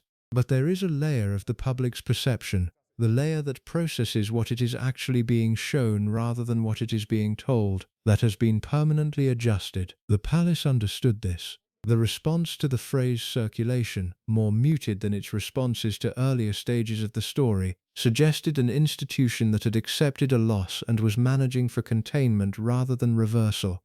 Containment required silence. Specifically, it required Rose's continued silence on anything more substantive than a three-word characterization. As long as Rose said nothing further, no interview, no memoir, no formal attribution, the phrase remained what it was, devastating in its brevity but limited, a data point without a surrounding narrative. Rose's continued silence was not something the palace could guarantee. It was something that depended on Rose's own judgment about what to do with what she knew. Her judgment so far had been to say very little. 3 words, privately, that had escaped into the world against her probable intention, a continued public silence on everything else, an ongoing life at Houghton Hall conducted with the same aristocratic composure that had always characterized it. But the situation had changed since 2019, and it had changed since 2023, and it was changing still, in ways that would eventually require everyone who had been silent to make fresh decisions about whether to continue. The palace machine, which had managed this story for years with considerable skill and considerable resources, was about to encounter the limits of what management can achieve. Those limits are not legal, they are not financial, they are human. And the human beings at the center of this story, Kate, Rose, and the man they had both, in different ways, trusted and been failed by, were each in their own way running out of reasons to maintain a silence that served someone else's interests at the cost of their own. The British monarchy has survived for 1,000 years, and not primarily through hereditary luck or constitutional arrangement, though both have helped. It has survived because it learned, earlier than almost any other institution in the modern world, that the management of public perception is not a supplementary activity, it is the activity. Without it, the institution has no argument for its own continuation. This understanding did not arrive all at once. It developed through crises, the abdication, the Blitz, the divorces, Diana, each one teaching the palace something new about what the public would tolerate, what it required, and how information had to be managed to protect the institution's viability. By the time William and Kate's marriage began generating uncomfortable questions, the palace's communications and legal apparatus was the product of nearly a century of institutional learning. It was sophisticated, well-resourced, and staffed by people who understood both the media landscape and the legal environment with genuine expertise. It was also, by 2019, operating in conditions that its design had not fully anticipated. The apparatus had been built for a media environment defined by gatekeepers, editors, publishers, broadcasters, who made decisions about what reached the public and who were susceptible to the combination of legal pressure and access management that the palace had refined over decades. That environment still existed, but it existed alongside something the palace had much less purchase on.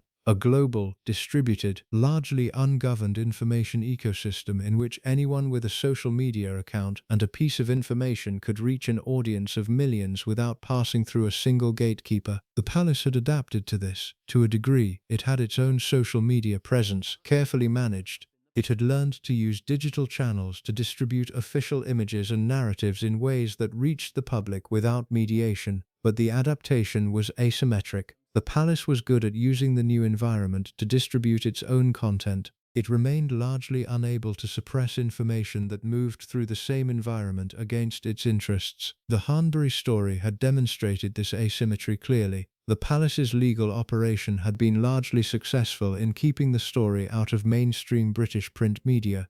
It had been entirely unsuccessful in keeping it off the internet, out of American publications, and out of the private conversations of the social world where it originated. The suppression had been real but partial, and partial suppression of a story about a major public figure in the digital age is, in practice, a different thing from the total suppression that was achievable in an earlier era. What the palace had instead developed was a secondary strategy for information it could not fully suppress: the controlled leak, the management of which version of a story reached the public, and through which channels, so that even when the story was unavoidably in circulation, it was circulating in a form that the palace had shaped. This is a more complex operation than simple suppression, and it requires a different set of skills. The people who execute it are not primarily lawyers. They are communicators who understand how narratives form in the public mind, who know which journalists are susceptible to which kind of briefing, and who have spent years cultivating relationships with the people who shape public opinion about the royal family. They operate through intermediaries, through background conversations, through the strategic placement of sympathetic stories that create context around the unsympathetic ones. The technique had been visible in the treatment of the Harry and Meghan situation, as Harry and Meghan raised specific named complaints about how the palace had treated them. The palace's briefing operation ensured that a counter-narrative was available simultaneously, that Harry was unstable, that Meghan was difficult, that the couple had manufactured grievances for commercial purposes. The counter-narrative was never formally attributed to the palace. It appeared in the mouths of sympathetic commentators and in the framing of news coverage, as if it had arrived there organically. The same technique was applied, in a lower key, to the Hanbury situation. The framing that was available in sympathetic coverage emphasized the unverifiability of the allegations, the unreliability of anonymous sources, the long and undistinguished history of unfounded royal scandal. It positioned anyone who took the story seriously as naive or motivated by republicanism or simply not understanding how these things worked. The effect was not to make the story disappear but to surround it with enough static that the average person could not cleanly receive the signal. The lawyers operated in parallel. The firm that has handled royal legal matters for years, known in the press as the palace's preferred solicitors, sent letters to publications that were sufficient to deter most editors from proceeding. The letters did not need to make a compelling legal case. They needed only to make clear that proceeding would result in expensive litigation, and that expensive litigation against the Crown was a losing proposition for almost any media organization regardless of the merits of the specific claim. This deterrent function is the primary purpose of the legal apparatus. Actual litigation against British media over royal stories is rare because litigation requires disclosure, and disclosure is the last thing the palace wants. What the palace wants is the threat of litigation without the reality of it, and the asymmetry of resources between the palace and most media organizations means the threat is generally sufficient. There are limits to this. The limits were reached in the Hanbury situation at several points. The first limit was foreign jurisdiction. Publications operating outside England and Wales are outside the reach of English defamation law. The Daily Beast based in New York, various European publications, the global distribution of online content. Once the story existed in those outlets, British readers who wanted to find it could find it within seconds, regardless of what any English court had ordered or any palace solicitor had threatened. The second limit was opinion. Defamation law protects facts, not assessments. The phrase "nasty piece of work" is not a factual claim, it is an opinion. Opinions in English law benefit from the honest opinion defense, which means that a publication that reports someone's honestly held opinion about a public figure is substantially protected even when that opinion is negative. The palace's legal apparatus could not easily threaten action against outlets that reported Rose's characterization of William because the legal foundation for such a threat was thin. The third limit, and the most significant, was the cumulative weight of the story. Legal threats work best against a story that is isolated, a single outlet, a single piece of information, a single source. The Hanbury story had become by 2024 something that existed across multiple jurisdictions, multiple publications, multiple sources, and multiple years of documented palace response. A story that the palace had been managing for 5 years was by definition a story that existed. The management itself was evidence of the story's substance. This is the paradox at the heart of institutional information management. The more resources you deploy to suppress a story, the more you confirm that the story is worth suppressing, and the more determined the people pursuing it become. The palace had deployed substantial resources. The people who tracked royal affairs had noted the resources. The noting had informed their assessment of the story's credibility. The cycle fed itself. The controlled leak strategy had its own version of this paradox. When the palace briefed against Harry and Meghan, it demonstrated to the public that it was in the business of briefing, that the sympathetic stories in the press were not organic but managed. Once that was understood, the sympathetic coverage of William and Kate became suspect in a new way. People who knew that the palace-shaped narratives asked reasonably whether the narrative about William and Kate's stable marriage was one of the narratives the palace had shaped. The answer, of course, was yes. The entire apparatus had been deployed in service of that narrative for years. The access for compliance relationship with royal journalists, the carefully managed image releases, the controlled public appearances, the legal suppression of alternative accounts, all of it had served the single purpose of maintaining the image of a functional marriage between two people who had chosen each other. Harry had handed the public a map of how that apparatus operated. The public had read the map, and then they had watched the palace deploy exactly the apparatus the map described in response to Kate's health crisis, and the recognition was immediate and corrosive. The photograph that Kate had allegedly edited herself, the statements that said everything was fine in terms that made clear not everything was fine, the management of what information about her condition reached the public and in what form, the periodic reassurances that felt rehearsed rather than genuine. All of it followed the pattern that Harry had described. All of it was now being read through the lens of 5 years of prior knowledge about how this marriage had been managed. The palace had one resource left that the others depended on: time. Managed silences in the palace's experience tend to outlast public attention. News cycles move. Stories that are unresolved eventually recede. The public's attention is finite and is constantly competed for. If the palace could maintain the management operation long enough, the story would eventually be displaced by something else, and the moment of maximum pressure would pass. This had worked before. It had worked with things considerably more serious than a rumored infidelity. The palace had waited out public attention on matters that would have ended political careers, banking on the structural deference that the British public's relationship with the monarchy had always carried, and the bet had generally paid off.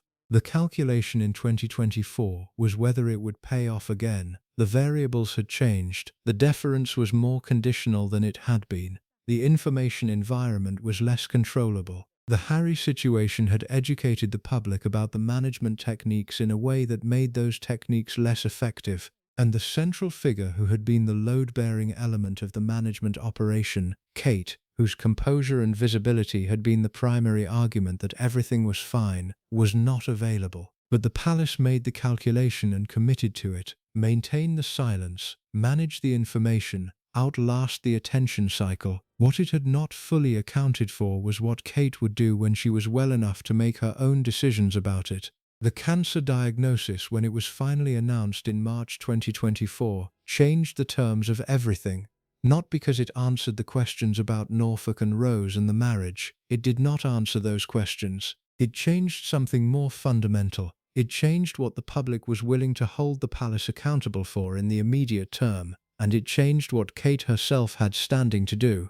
A woman who has received a cancer diagnosis and has spent months in private dealing with it has a moral authority that the palace apparatus cannot manage around. She cannot be briefed against. She cannot be positioned as unstable or motivated by commercial interest. She cannot be made into the problem. She is, in the most fundamental human sense, the person in the story who has been wronged, and the question of what she chooses to do with that position is hers alone. If you're hooked on this story, make sure to subscribe and turn on notifications so you never miss an upload.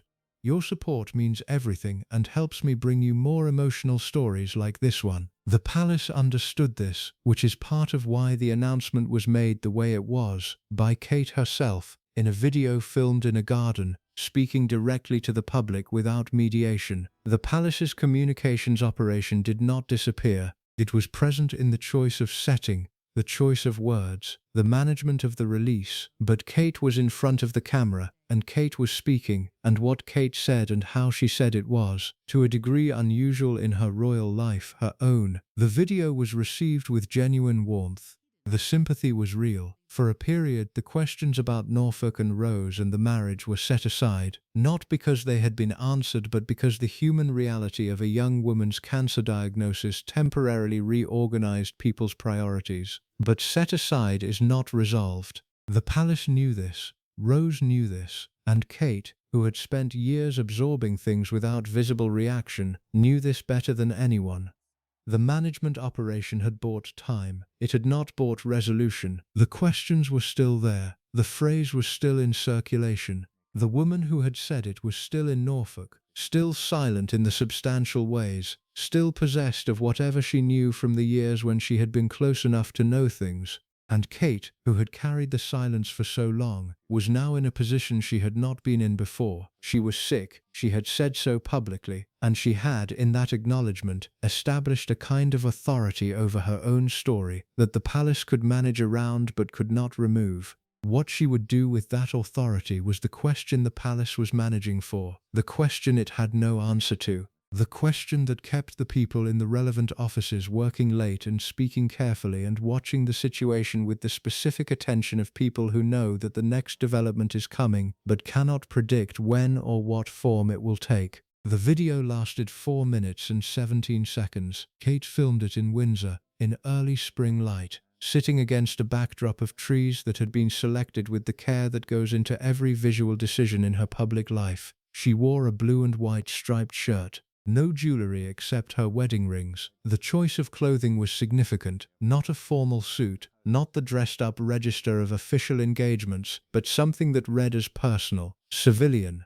The visual language of a person speaking for themselves rather than as a representative of an institution. She spoke clearly and without visible distress, which was itself a kind of performance, though not a dishonest one. The composure was real. It was also, as it had always been, something she had achieved at cost, rather than something that came without effort. The words were her own in the sense that she had clearly been involved in crafting them. They were also managed in the way that everything involving a senior royal is managed. The review process, the approval chain, the consideration of every phrase for its implications. What she said was this: she had been diagnosed with cancer. The type was not specified beyond preventive chemotherapy following surgery. She had been keeping it private while she processed it with her family. She was now ready to let the public know. She asked for time and space. The public gave it to her. The response was, almost universally, one of genuine human sympathy. People who had been asking sharp questions about her absence 2 weeks earlier set those questions aside. The briefings and the photograph and the months of managed statements were, for a moment, rendered secondary by the simple fact of a woman saying she was ill. The palace had timed the announcement carefully. This is not a cynical observation. The timing of such an announcement for a person in Kate's position is genuinely complex, balancing personal readiness against public interest against the practical realities of treatment and recovery. But the effect of the timing, coming when the questions about her absence had reached their peak, and the credibility of the palace's management of those questions was at its lowest, was to reset the information environment in a way that served the institution's interests alongside Kate's own. The questions did not disappear, they were suspended. There is a difference. The cancer announcement answered the question of why Kate had been absent from public life since January. It did not answer the question of why the absence had been managed with such opacity, why the statements had been so carefully uninformative, why the photograph had been altered and released and then withdrawn in a way that had generated 2 weeks of the wrong kind of attention. A serious diagnosis handled with straightforward honesty from the beginning would have generated sympathy without the accompanying credibility damage. The choice to manage the information in the way the palace had managed it suggested that straightforward honesty had not been available to them, that there were aspects of the situation beyond the diagnosis itself that the management operation was still protecting. The people who had been tracking the story noted this. They noted it carefully and mostly quietly, because the social context of criticizing an institution's management of a young woman's cancer diagnosis is unfavorable. The human reality of the diagnosis took up most of the available space. The analytical questions, the ones about why the management had taken the form it had, were moved to the margin, but the margin is where things are kept, not where they disappear. William's behavior in the months that followed was watched with a new attention.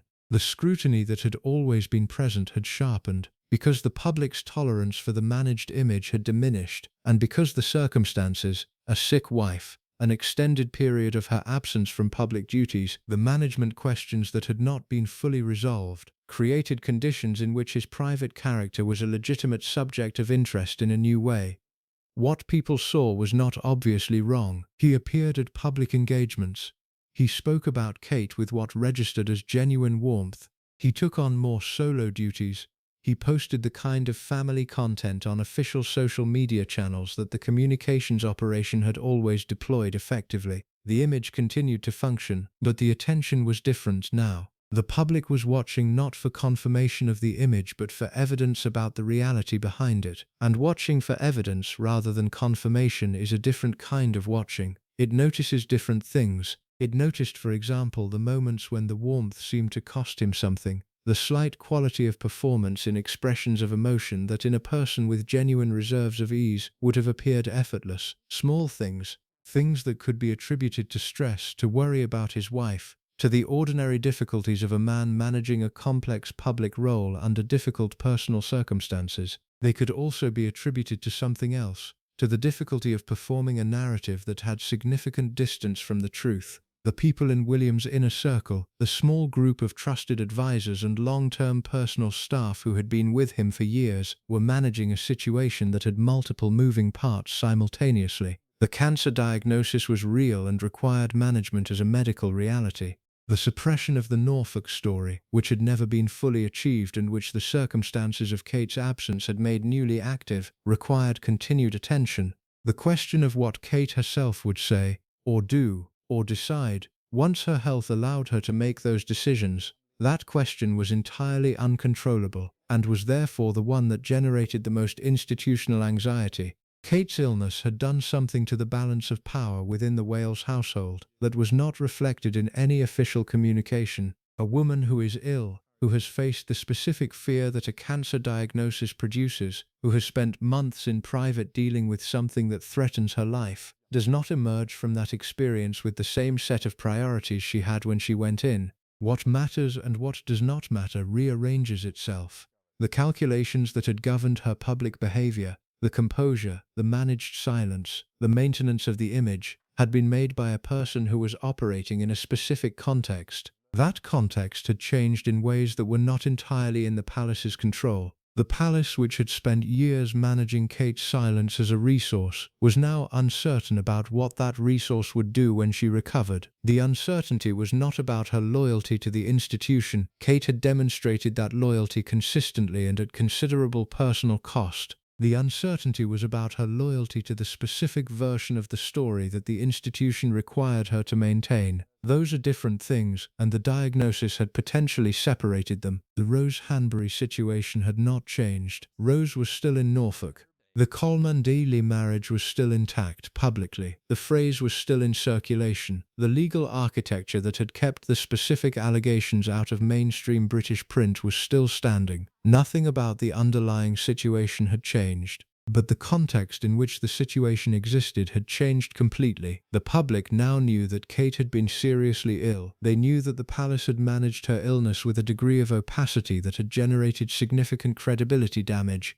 They knew from the photograph and the statements and the months of managed non-information that the palace's account of what was happening inside that household was not reliable. And they knew from 5 years of prior knowledge that the household had been generating uncomfortable questions well before the diagnosis. These things together produced something that the palace's management operation was not designed to handle. A public that had concluded, not from any single piece of evidence but from the accumulated weight of the pattern, that it had not been told the truth about William and Kate's marriage, and that the institution was not going to tell the truth about it. This conclusion, once reached, is very difficult to dislodge. The palace's traditional tools, sympathetic coverage, legal suppression, controlled narrative, the implicit argument of royal dignity, are all predicated on a baseline public trust in the institution's account of itself. When that baseline trust is gone, the tools have less purchase. The sympathetic coverage reads as managed, the legal suppression reads as evidence, the controlled narrative reads as concealment, the dignity argument reads as the institution protecting itself rather than the people within it. The autumn of 2024 brought Kate back to limited public duties. She appeared carefully, the appearances were managed with attention to what they were designed to convey, that she was recovering, that she was still the Princess of Wales, that the household was intact and functioning. She smiled, she engaged, she wore the clothes and carried out the duties. What was visible to the people watching carefully was that the composure had a different quality to it. Not that it had failed, not that she showed distress or gave anything away, but the specific ease that had always been her public signature, the quality of someone who had fully inhabited the performance to the point where it seemed not like performance at all, had been replaced by something that required more visible effort. Whether that was the physical reality of recovering from serious illness, or the psychological reality of recovering from the other things that the illness had not resolved, or some combination, was not something the public could know. The palace was not going to say. Kate was not in her limited public appearances going to show. But the effort was visible, and its visibility confirmed something that the careful observers had been noting for years, that the image was a construction, and that the construction for the first time in a long time was not fully holding. The questions about Norfolk had not been answered. The questions about the photograph had not been answered. The questions about why the management had taken the form it had, why the opacity had been so thorough, why the institution had chosen concealment over the kind of honest communication that would have been both simpler and more effective in maintaining public trust. None of those questions had been answered. They had been set aside. In the space that setting aside created, other things continued to exist and develop. Rose Hanbury, in Norfolk, continued her life with the composure of someone who has decided what she will and will not do with what she knows. Houghton Hall continued to host its events. The sculpture park remained open to visitors. The county set continued its seasonal rhythms, and William continued to be managed by a palace apparatus that was less effective than it had been and more necessary than ever, into the image of a man who was coping, who was steady, who was the future the institution required him to be. The gap between that image and the private assessment of someone who had known him well enough to form a view was 11 letters long. It had broken something that could not be fully repaired. Not the palace, not the legal operation, not the managed coverage. Those were all still running. What it had broken was the specific quality of uncritical belief that the image had depended on. The public that had watched William grow up, that had cried at his mother's funeral, that had cheered at his wedding, that had believed in the Golden Prince because they wanted to believe in him, that public had not been destroyed by the phrase. Most of them had not even registered it directly, but the orientation had shifted. The benefit of the doubt that is the invisible operating condition of the managed royal image, the public's willingness to interpret ambiguous information in the institution's favor,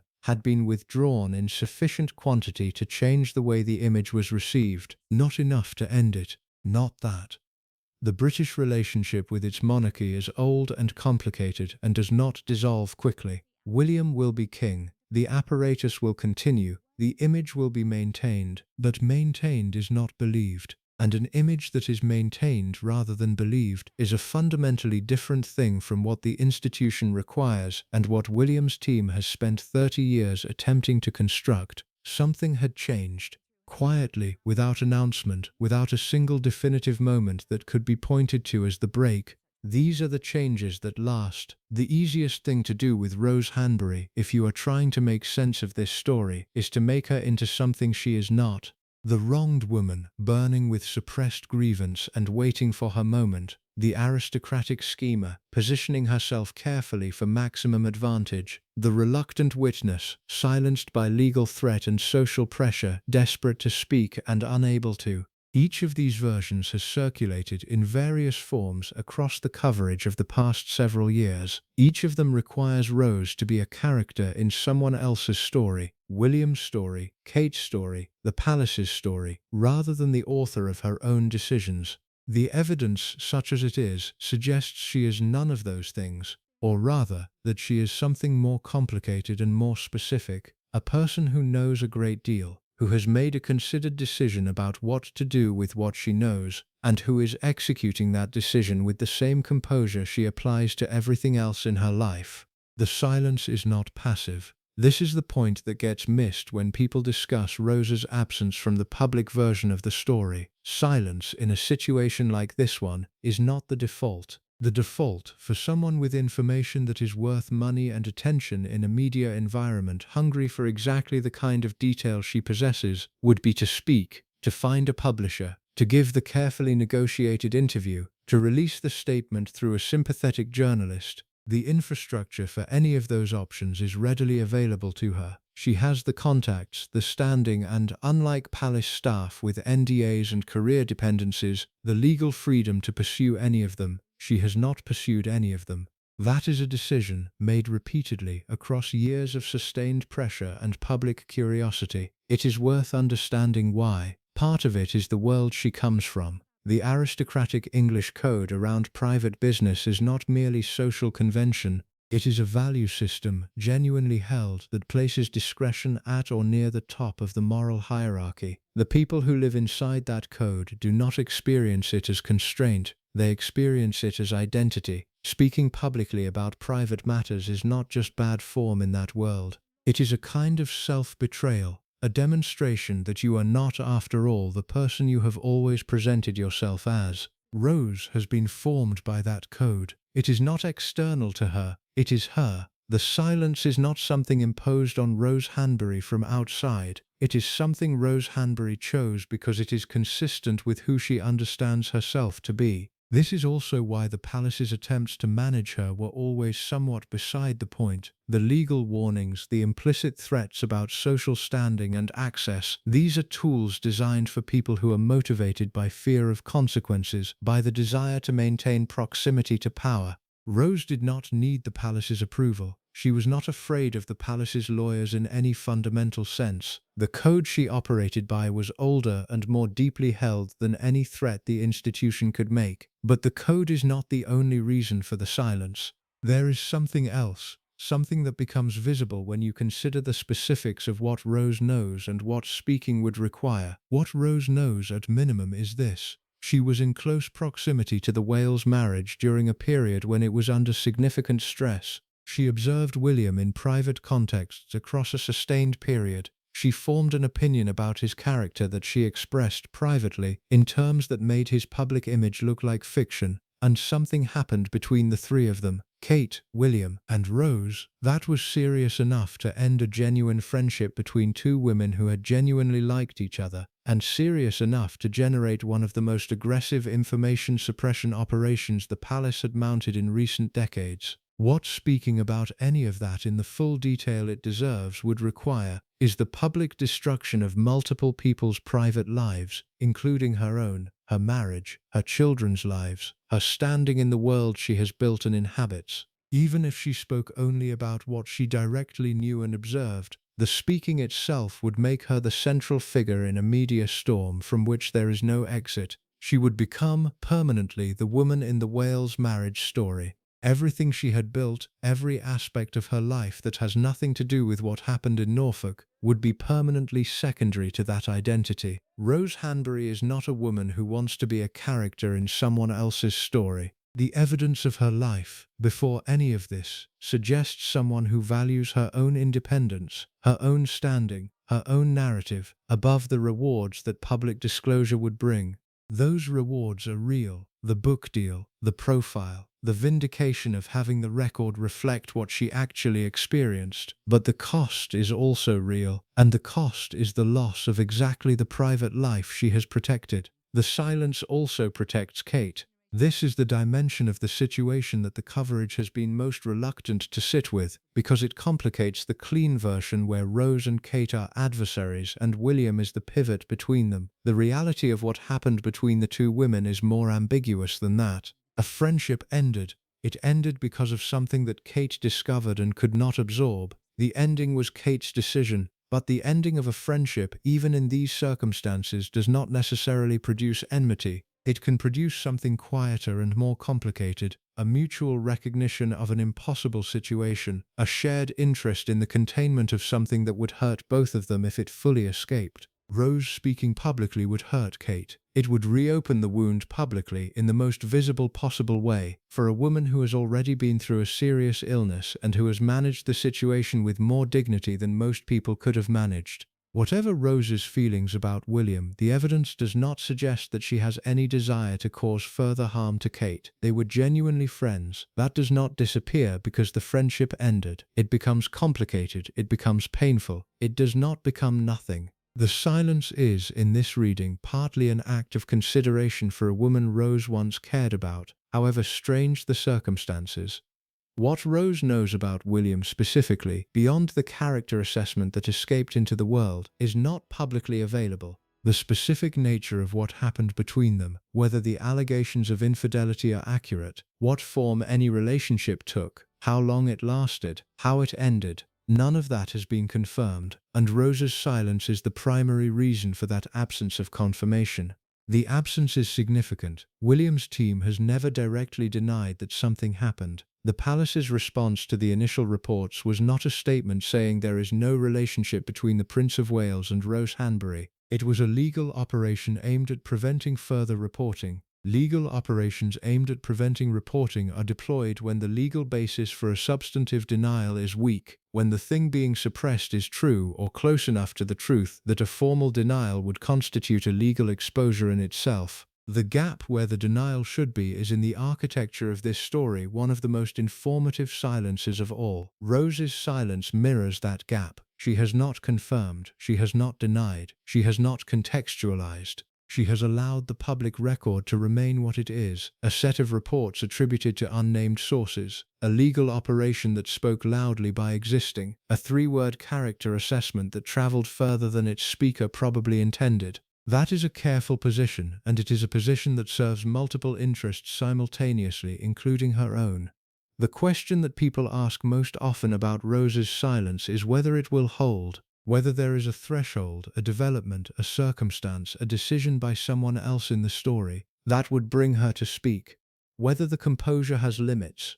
Every composure has limits. The question is where they are. The limits for Rose are probably not money or attention or vindication. Those things do not appear to motivate her, and her silence across years of considerable pressure suggests they are not sufficient incentive. The limit, if it exists, is more likely to be something specific to her own life and standing, something that changes her calculation about whether the silence continues to serve her interests as well as it has. There are developments that could change that calculation. If William becomes king and the managed image of the monarchy becomes even more important to maintain, and therefore the suppression of the story even more aggressive, Rose's position could shift. If Kate's health takes a turn that makes the silence feel less like protection and more like complicity in something she objects to, Rose's calculation could shift.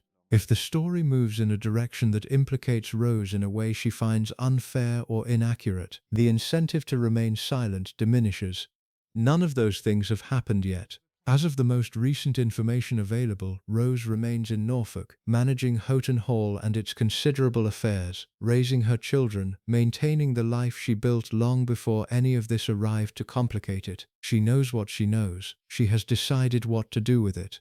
That decision is hers, and it is a decision she has made with the full understanding of all its implications. The implications for herself, for Kate, for the institution, for the public's understanding of the man who will eventually be king. The understanding she brought to that decision is not incidental, it is everything. Because Rose Hanbury, in the end, is not a woman who makes careless choices. She is not a woman who speaks without thinking, who acts on impulse, who underestimates the weight of what she carries.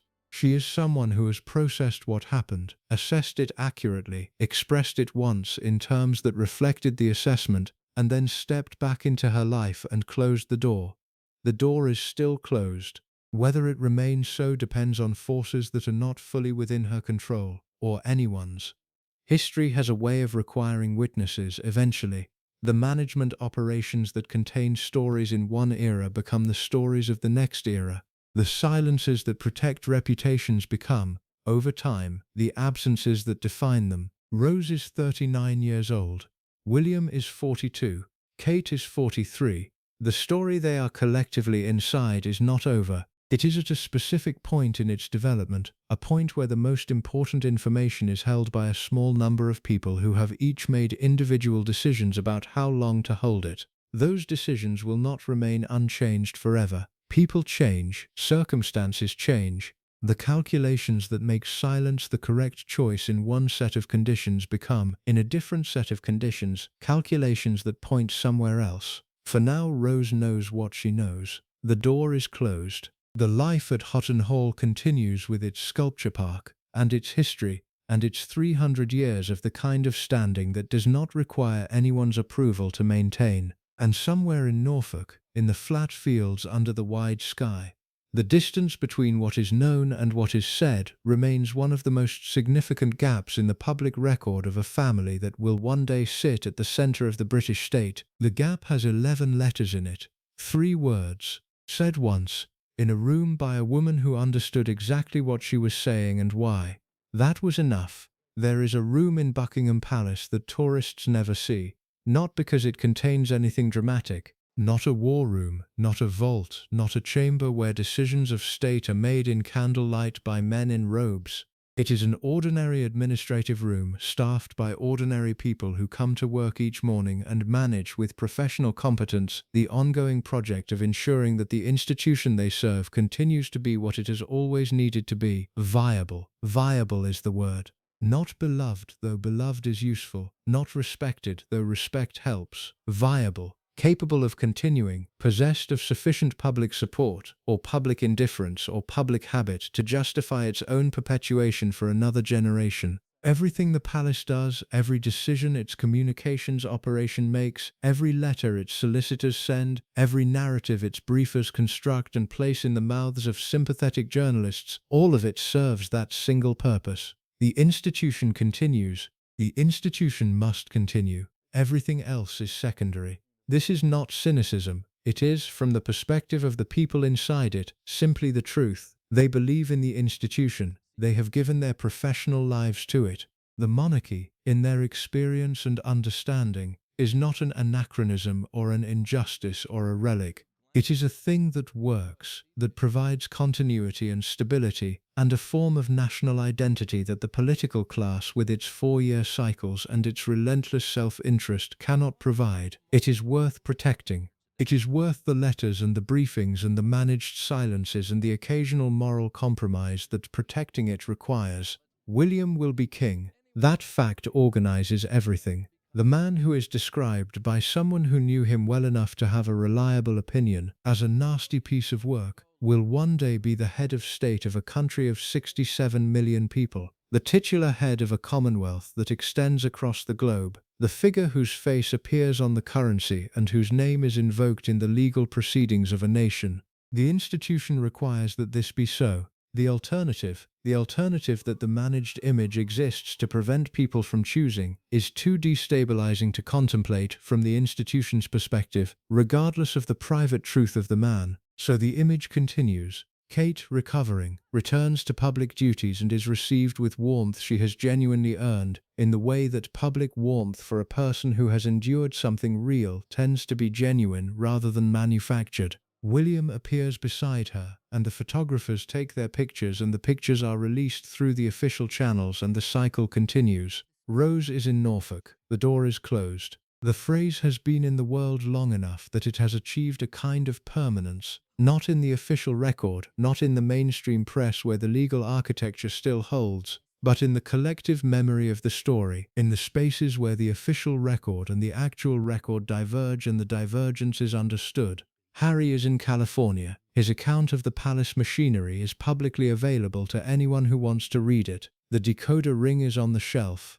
And the public is somewhere in the middle of all this, navigating the space between what it is told and what it can observe, making its own assessments with the information available to it, which is more than it used to be and less than it should be, and which will remain exactly that ratio for as long as the institution calculates that the ratio serves its interests. The calculation has held for a long time. It held through abdication and scandal and divorce and death and a documentary and a book. It held through a rumored infidelity and a suppressed story and a manipulated photograph and a cancer diagnosis and a 4-minute video in a garden. It will probably continue to hold in the sense that the institution will probably continue. Continuation is what it does. It is the thing it has always done, through worse than this, through things that would have ended governments and destroyed corporations and consumed private individuals without remainder. But continuation is not the same as the thing it was before. The monarchy that William will inherit is not the monarchy his grandmother passed to his father. His grandmother's monarchy had reserves of deference that had been accumulating for decades, the wartime steadiness, the long reign, the simple habit of an institution that had been there for so long that its presence felt like weather. Those reserves were real, and they were deep, and they absorbed enormous amounts of damage before they showed strain. The monarchy William will lead has different reserves, smaller in some ways. The deference is more conditional, more transactional, more dependent on the institution demonstrating value rather than simply existing. The public that will receive him as king is better informed, more skeptical, less inclined to accept the managed image as the whole picture. It has been educated by Harry and by years of watching the machinery operate, in how the management works. That education is permanent. Into that context, the story of what happened in Norfolk, and what was done to contain it, and what a woman in a room once said about the man at the center of it, that story exists. It exists in the public consciousness in the way that things exist when they are known but unacknowledged, which is a form of existence that has more structural weight than official silence tends to account for. Known but unacknowledged things do not stay in that state indefinitely. History has a long memory and a poor respect for the management operations of any particular era. The letters that palace solicitors sent to newspapers in 2019 will eventually be subject to freedom of information requests, or archival access, or the simple passage of time that makes private records public. The conversations that happened in rooms in Norfolk will eventually be recalled by the people who had them, in memoirs or in the testimony of old age or in the private records that become public when their authors are no longer alive to protect them. The gap between the official record and the actual record always closes, eventually. Sometimes it takes decades, sometimes it takes a generation. Sometimes the closing happens while the principal figures are still alive, and the confrontation between the managed story and the true one is something they have to live through. Sometimes the gap closes quietly, in the accumulation of small adjustments to public understanding that happen below the threshold of any single event, through phrases and silences and the slow erosion of images that were never fully true. That kind of closing is already underway. The palace knows this. The people in the administrative rooms who come to work each morning and manage the viability of the institution, they know that what they are managing now is not the same thing they were managing 10 years ago, and that what they will be managing in 10 years will not be the same as what they are managing today. The institution adapts. It has always adapted. Adaptation is, in the end, the survival mechanism, more fundamental than any single communications operation or legal strategy or managed silence. What it cannot adapt its way out of is the record, not the official record which it largely controls. The other one, the one that lives in the memory of the people who were there, who saw things, who formed opinions and expressed them, in private rooms to people they trusted. Rose Hanbury is 40 years old and in good health, and possessed of a memory that the passage of time will not substantially diminish. She knows what she knows. She has decided for now what to do with it. For now is a phrase with a limited lifespan.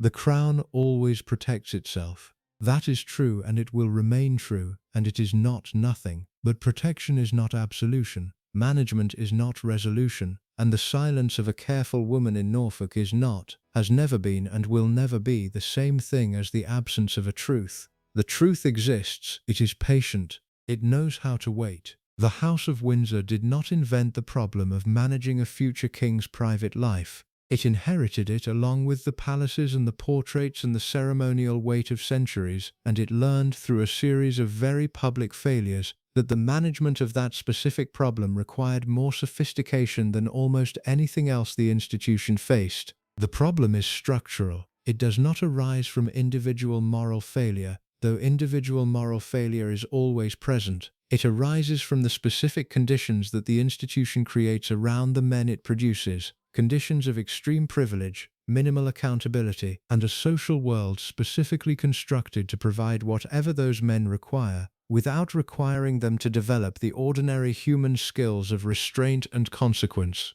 A man who has never been told no in any meaningful sense, who has grown up understanding that the institution around him will absorb and conceal whatever he does, who has been surrounded since birth by people whose professional function is to manage the fallout of his behavior rather than prevent the behavior itself. That man does not develop the character that the public image requires him to have. He develops something else.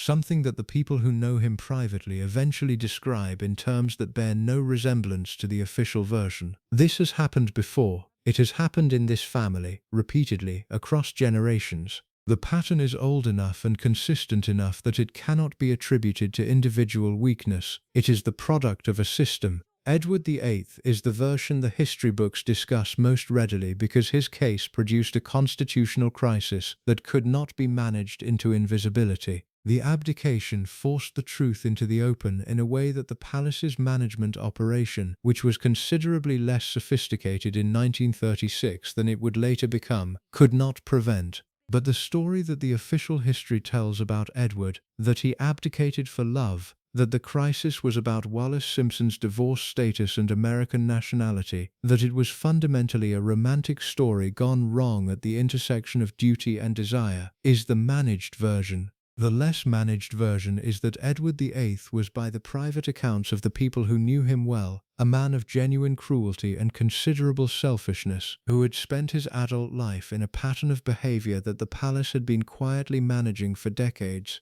The affairs were not the exception, they were the rule. Wallis was not the cause of the crisis, she was the point at which the management operation finally failed. Because she was a woman who understood leverage and was not afraid to use it, and who had, by the time the crisis broke, accumulated enough knowledge of Edward's private self to make her silence worth protecting at almost any institutional cost. The palace managed it by letting Edward go. The calculation was that the institution's survival required removing the specific individual whose behavior had become unmanageable, and that the institution could survive the removal of an individual in a way that it could not survive the full public exposure of what that individual had been doing. The calculation was correct. The institution survived. Edward went to the Bahamas and then to France and then to a long, largely irrelevant exile. And the official story settled into the romantic tragedy version that generations of books and films have polished into something almost appealing. The woman who knew the truth about Edward, not Wallis, who had her own complex investments in the official story, but the others, the earlier ones, the women who had been inside his private life before Wallis, and who had formed their own assessments of his character. Those women said very little publicly. The social world they inhabited, the code they operated by, the legal environment of the era, all of it ensured their silence. They took what they knew to their graves mostly, and the official record remained what the palace had shaped it to be. Charles and Camilla represent a different version of the same pattern, with different management challenges and a different eventual resolution. The management of that situation across the 1980s and 1990s, the years when Diana was the public face of the marriage and Camilla was the private reality, is now reasonably well documented, partly because Diana herself chose to break the silence in ways that the palace could not prevent, and partly because the passage of time has reduced the legal and social incentives to maintain fictions that everyone already knows are fictions. What that documentation reveals is an institution that knew, from very early in Charles and Diana's marriage, that the marriage was not what it had been sold as, and that deployed its considerable resources not to address the underlying reality but to manage the public's perception of it. The briefings against Diana, the careful positioning of Camilla as a friend rather than what she actually was, the sustained effort to maintain an image of domestic normality in circumstances that were, by any honest accounting, the opposite of normal. Diana broke that management operation not by making a single dramatic decision to speak, but by reaching a threshold, a point at which the gap between the managed version and her actual experience had become too wide to continue bridging. The Martin Bashir interview in 1995 was not a carefully planned media strategy. It was the action of a person who had absorbed more than she could continue absorbing, and who had concluded, rightly or wrongly, that the silence was costing her more than speaking would. The palace never forgave her for it, not because she had lied. What she said was, in its essentials, accurate, but because she had broken the contract. The contract that the institution makes with the people inside it. We will manage the difficult things. We will protect you from the worst of it. We will ensure the image holds, and in exchange you will not, under any circumstances, conduct your private business in public. Diana decided that contract was not worth its cost. The palace decided that her decision to break it was a greater threat than whatever she had broken it about. The briefings that followed, the systematic effort to reframe her as unstable and difficult and motivated by self-interest, were the institution protecting itself in the only way it knew how. William watched all of this. He was 13 when the Bashir interview aired. He was 15 when his mother died. He grew up inside the institution's management of both events, watching the machinery operate from the inside, understanding at an age when understanding these things leaves permanent marks exactly how the palace dealt with people who broke the contract. That education shaped him. It shaped what he expected from the people around him. It shaped his understanding of what the institution would and would not protect, and what it required in exchange for protection. It shaped probably his confidence that his own private behavior could be managed in the same way his father's had been, that the machinery existed, that the machinery worked, that the machinery would absorb whatever needed absorbing. The machinery had worked for his grandfather. It had worked, eventually, for his father. It had failed with his mother, but the lesson the palace drew from that failure was not that the management approach was wrong. It was that Diana had been an anomaly. Someone who refused the contract, who valued her own truth above the institution's requirements, who could not be fully managed. The lesson drawn was operational. Screen better, manage tighter, ensure that the people inside the circle understand the terms before they are fully inside it. Kate understood the terms. She had demonstrated that understanding across 15 years of near-perfect compliance. The palace had every reason to believe the management operation around William's marriage would work in the way that management operations were supposed to work.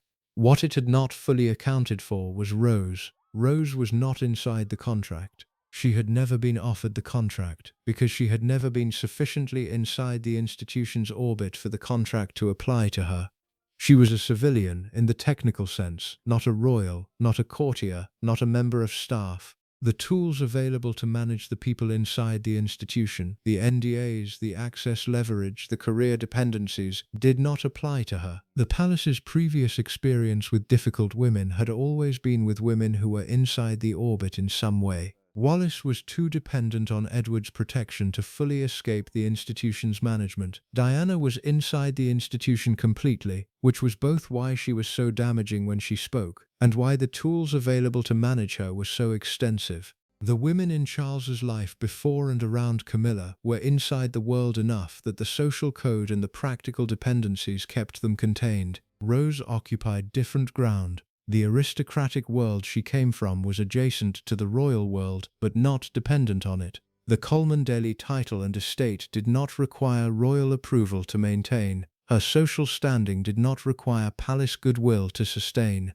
She could, in the most practical sense, afford to be indifferent to the institution's preferences in a way that women in the previous cases could not. This made her, from the palace's perspective, the most structurally difficult kind of witness the institution had encountered in the modern era, not because she was hostile, not because she had an agenda, but because the management tools did not fit her, and the institution had no alternative set of tools to reach for. The history of how the palace manages inconvenient women is in the end a history of leverage. Who has it, who doesn't? And what happens to the story when someone without sufficient leverage to be managed says, in a private room, what they actually think? The answer to that question is what you have been reading. The thing about small worlds is that they have long memories. A city absorbs its scandals into the general noise. Too many people, too many stories, too much happening simultaneously for any single piece of information to retain its weight for long. but a small world, the kind where 40 families have known each other for 3 generations, where the same names appear at the same events year after year, where the history of every marriage and falling out and financial difficulty and private grief is held in the collective memory of a community too small to forget anything. A small world keeps its knowledge the way old stone keeps cold.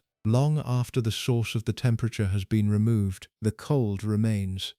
North Norfolk is that kind of world. The people who make up the county set, the landed families, the old money, the occasional newer arrival who has bought their way into the geography if not entirely into the belonging, have been watching the Wales household since William and Kate arrived at Anmer Hall in 2013. Not with hostility, not with the prurient attention of outsiders looking for weakness, with the particular quality of attention that a small, closed community pays to new arrivals of significance, assessing whether they understand the world they have entered, whether they will respect its codes, whether they will be, in the language of that world, good neighbors. The early verdict was positive. Kate in particular was received well. She had the quality the county set values above almost everything in newcomers. She did not perform her status. She did not arrive in North Norfolk expecting deference or special treatment. She arrived with an apparent genuine interest in the place and its people, a willingness to participate in the ordinary social rhythms of the community, and a discretion about her own life that the world she was entering recognized and respected. William was more complicated.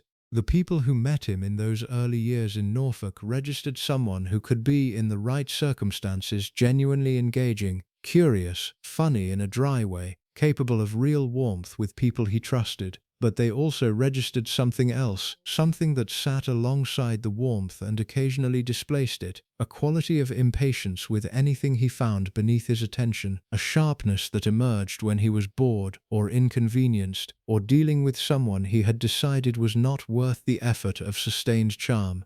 In London, in the managed context of public appearances and official engagements, that quality was invisible. The professional performance required for those contexts kept it suppressed. In Norfolk, in the less managed environment of private dinners and informal social gatherings where the performance was not required to the same degree, it was more visible. The county set noted it. They noted it and, in the manner of their world, said nothing about it directly to anyone outside the circle. What happened inside the circle stayed inside the circle. That was the code, and the code held. What the code could not prevent was the formation of private opinions. The people who had dinner with William and Kate in those years, who sat across tables from them in the drawing rooms of houses that had been in the same families for 200 years, formed views. Those views were not shared with journalists. They were not placed on record. They existed as the private assessments of private people, held internally, occasionally expressed in the most oblique terms to the most trusted interlocutors.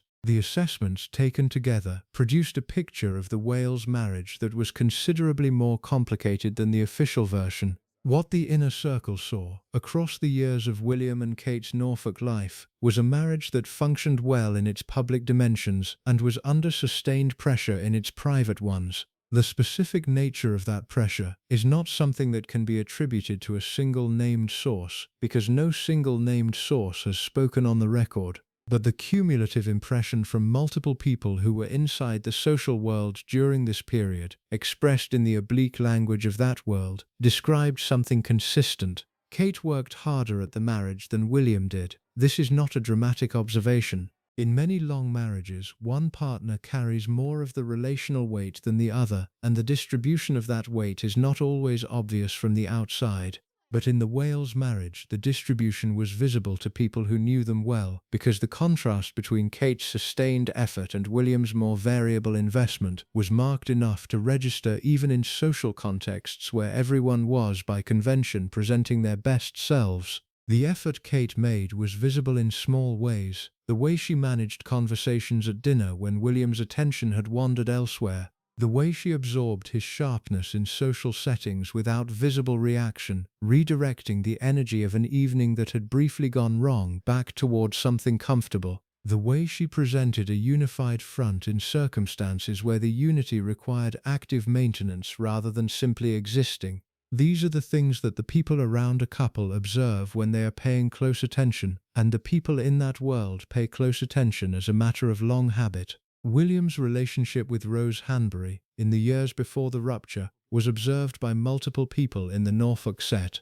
What they observed was at its surface unremarkable. Two people who got on well, who found each other engaging, who shared a social world and the particular ease that comes from being in the same world for long enough. The county set contains many such relationships. They are the ordinary fabric of social life in a small, interconnected community. What made the Wales-Hanbury dynamic register differently for the people paying close attention was a quality of intensity that exceeded the social norm. Not dramatically, not in ways that would have been visible to a casual observer or a photographer, but in ways that the people who knew both parties, who understood the social register of their world, who had been watching human beings navigate desire and discretion in exactly these kinds of environments for their entire adult lives, could read. The reading was not announced.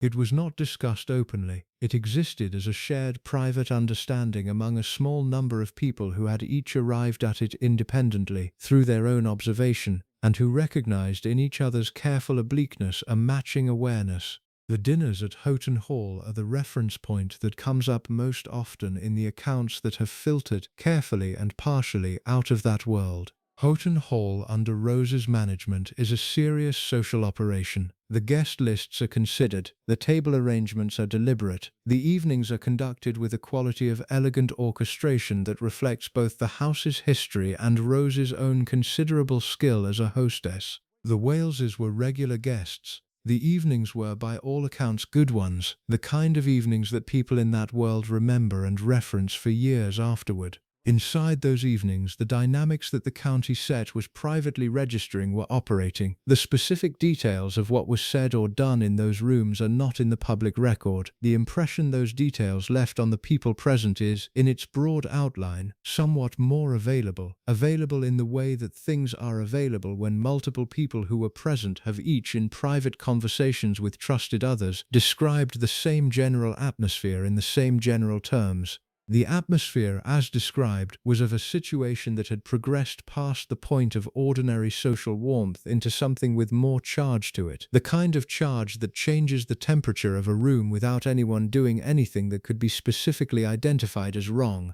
The kind of charge that the people who know all the parties involved recognize and register and then very carefully do not mention, because mentioning it would require acknowledging things that the social code of their world insists on not acknowledging. Kate registered it. The people who watched Kate register it, who observed her observing, who noted the quality of attention she brought to certain social dynamics in certain rooms, understood that she was not missing what they were not missing. She was absorbing it, filing it, managing her response to it with the composure that she brought to everything, in a context where the composure was costing her something visible to the people looking closely. The moment when Kate's absorbing capacity reached its limit is not publicly documented with any precision. It happened, that much is clear from what followed. The social rupture, the sudden absence of the Coleman daily name from the Wales social calendar, the missing dynamic at gatherings where it had always been present, the quality of careful neutrality that replaced the previous warmth in how mutual acquaintances discussed both households. That rupture was visible to the Norfolk set immediately and was read correctly without anyone needing to be told anything.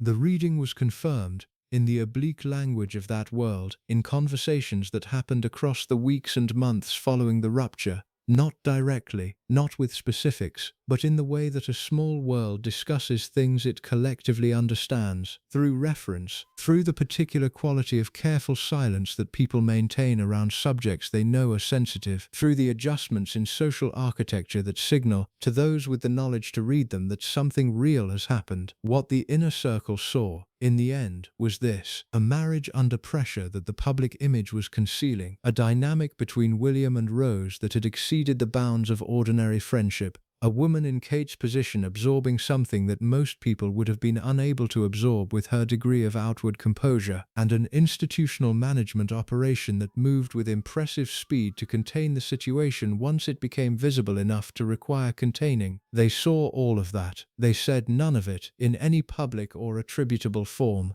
The code held, as the code is designed to hold, against the ordinary pressures of curiosity and journalistic interest. What it held less well against was the specific pressure of years of watching a situation that had been managed but not resolved. Years of observing the official image and comparing it against what they privately knew. Years of the particular discomfort that comes from holding knowledge that contradicts the public record without any available mechanism for resolving the contradiction.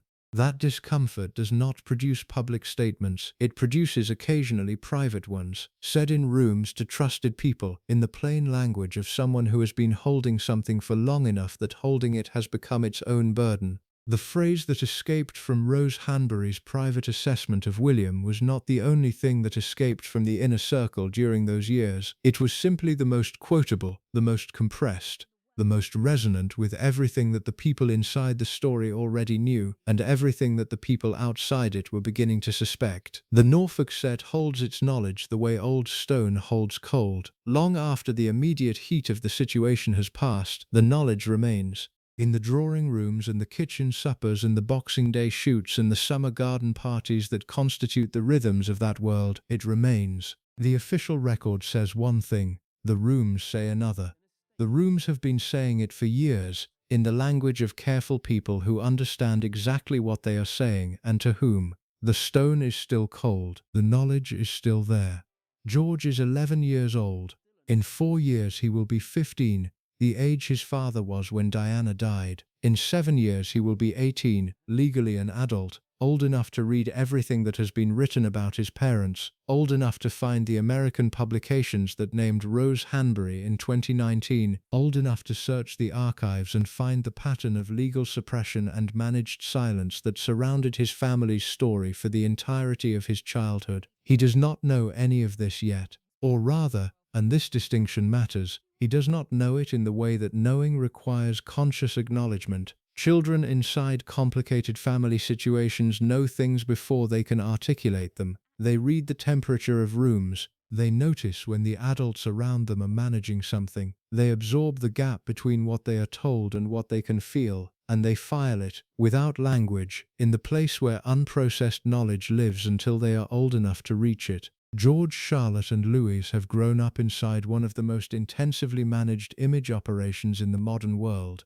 Their childhoods have been curated with a care that extends to every public photograph, every school appearance, every glimpse of family life that the official channels have released. They have been presented as happy, normal children in an unusual situation. The future king and his siblings, growing up with a security detail and a palace, but also, the images insist, with a genuine family life, with parents who are present and engaged and committed to giving them as normal a childhood as the circumstances allow. The images are not entirely false. Kate's commitment to her children is not a performance. The people who have observed her in genuinely private moments describe someone for whom motherhood is the deepest investment of her adult life, the thing she has protected most fiercely against the demands of the institution, the area of her life where the gap between the public image and the private reality is smallest. Whatever else has been managed and concealed and shaped for public consumption, her love for those 3 children is not part of the management operation.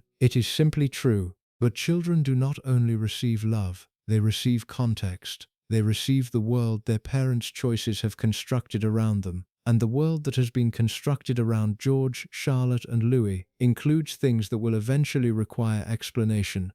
The explanation will not come from the palace. The palace does not explain, it manages. The institutional response to a future King of England asking questions about his parents' marriage will be the same institutional response that has been applied to every other uncomfortable question this family has generated across the past century. Careful deflection, managed framing, the gentle but firm redirection of attention toward the duties and the history and the weight of what the role requires, away from the human mess underneath. The explanation, when it comes, will come from the same place that all explanations ultimately come from, reality.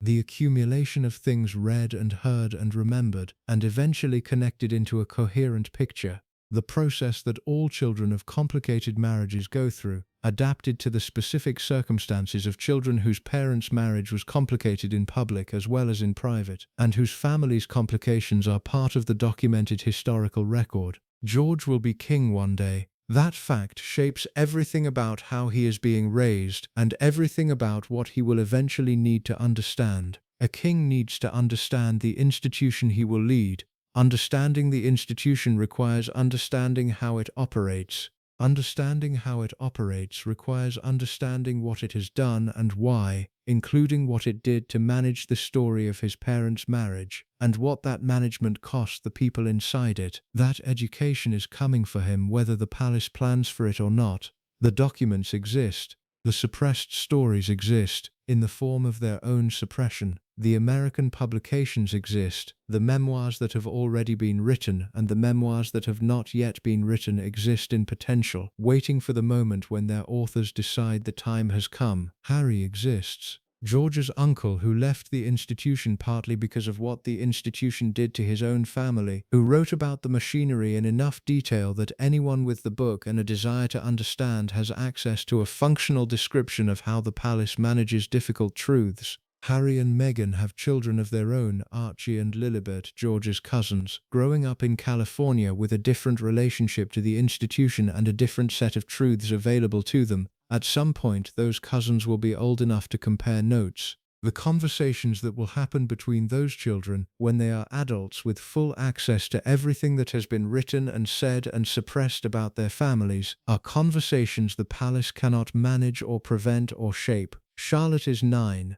She is, by all visible evidence, her mother's daughter in certain fundamental ways: observant, composed, possessed of a social awareness that registers beyond her years. The girls who grow up in households where the women are carrying things the image does not show tend to develop that quality early. They learn to read rooms. They learn to notice the gap between what is said and what is meant. They learn, without being taught, the particular skill of appearing to not notice what they have very clearly noticed. Charlotte will have questions.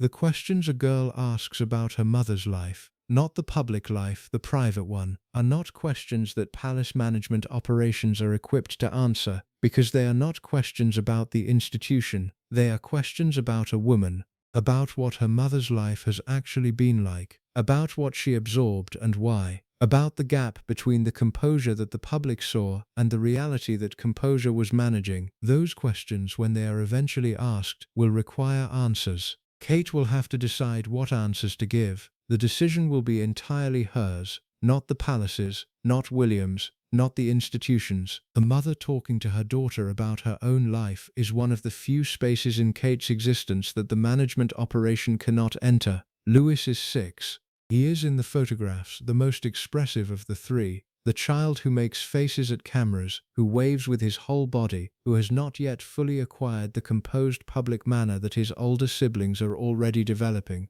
He is 6 and he is funny and he is thoroughly unaware of most of what his family's story contains. There will come a day when he is not unaware, when he is old enough to search. When something a classmate says, or something he reads, or something in the quality of his parents' relationship that he has been sensing without articulating suddenly connects to a larger picture. That day is not today. It will come. The thing that day will confront him with is not primarily a scandal. Scandals to the people inside them are not experienced as scandals. They are experienced as the texture of ordinary life. The complicated, unresolved human texture that official images are specifically designed to smooth over. What Louis will eventually understand is not that something dramatic happened in his family. It is that the ordinary human complications of his family's life were managed for years, in ways that required a sustained collective performance from everyone around him, including his mother. Kate's illness changed something in the architecture of the children's future understanding of her. The video in the garden, the 4 minutes in which she told the public she had cancer, was the most unmanaged thing Kate had done in public in 15 years of public life. It was managed in the sense that everything is managed, but it was also, within that management, genuinely her voice, her words, her decision about what to say and how to say it. The children watched that video. George and Charlotte are old enough to have understood what it meant. Louis perhaps not fully. They watched their mother, who had always been composed in public, speak about something real and frightening, in terms that were honest in a way that her public communication rarely was. They saw, for perhaps the first time in a recorded context, a version of their mother that was closer to the person she was in private than the person she was required to be in public. That moment will have registered. Children register their parents' moments of genuine vulnerability in ways they cannot articulate at the time, but that shape their understanding of who their parents are. The mother in that video is a more complete version of the woman they live with than the mother in the official photographs. They know this, not consciously, not with words, but in the way children know things about the people they are closest to. What Kate will eventually tell her children about her own life is, in the end, the question that matters more than anything the palace manages or suppresses or controls. The institution can shape the historical record. It cannot shape the conversations that happen in private between a mother and the children who love her and who will, as they grow, want to understand who she actually is. Those conversations are beyond the reach of the management operation. They happen in the spaces that the palace has never been able to fully enter, the genuinely private spaces, the late evening conversations, the questions asked in the car on the way home from school, the things said between people who trust each other enough to be honest. What Kate will say in those spaces is hers to decide. She has spent 15 years saying what the institution required. She has absorbed what the institution required her to absorb. She has maintained the silence that the institution required her to maintain. Her children are not the institution. They are hers, and the version of her life she gives them, the version they will carry into adulthood, that will shape how they understand themselves and their family and the institution they have been born into, will not be written by a communications team or reviewed by a palace solicitor. It will be written by Kate, in the privacy of her own home, in the ordinary intimacy of a mother talking to her children about who she is and what her life has been. That version of the story is the one that will last longest. Not the official record, not the suppressed allegations, not the managed image, not even the 3 words that escaped from a private room in Norfolk and travelled further than anyone intended. The version a mother tells her children in the honest hours about what her life has actually been. That version becomes part of who those children are. It travels with them into adulthood. It shapes the kings and the women those children become. It shapes what they do with the institution they inherit, and how they understand its costs, and whether they decide those costs are ones they are willing to pass on to their own children.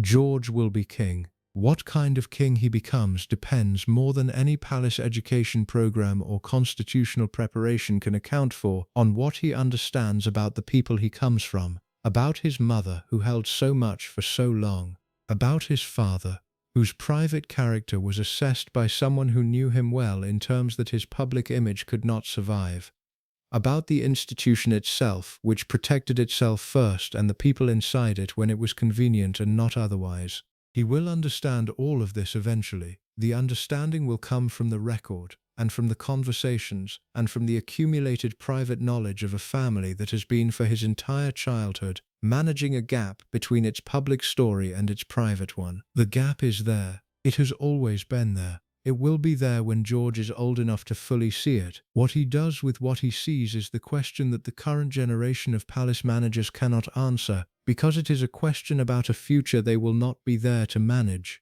The children are in the middle of the story now. One day they will be at the center of it. One day they will be old enough to ask the questions that no official statement has ever answered, and the people who could answer those questions will either be alive and willing or not, and the record will be what it is, and the truth will be what it has always been. Patient and waiting and entirely indifferent to the management operations mounted against it. George is 11 years old. The clock is running. Every royal marriage is 2 marriages simultaneously.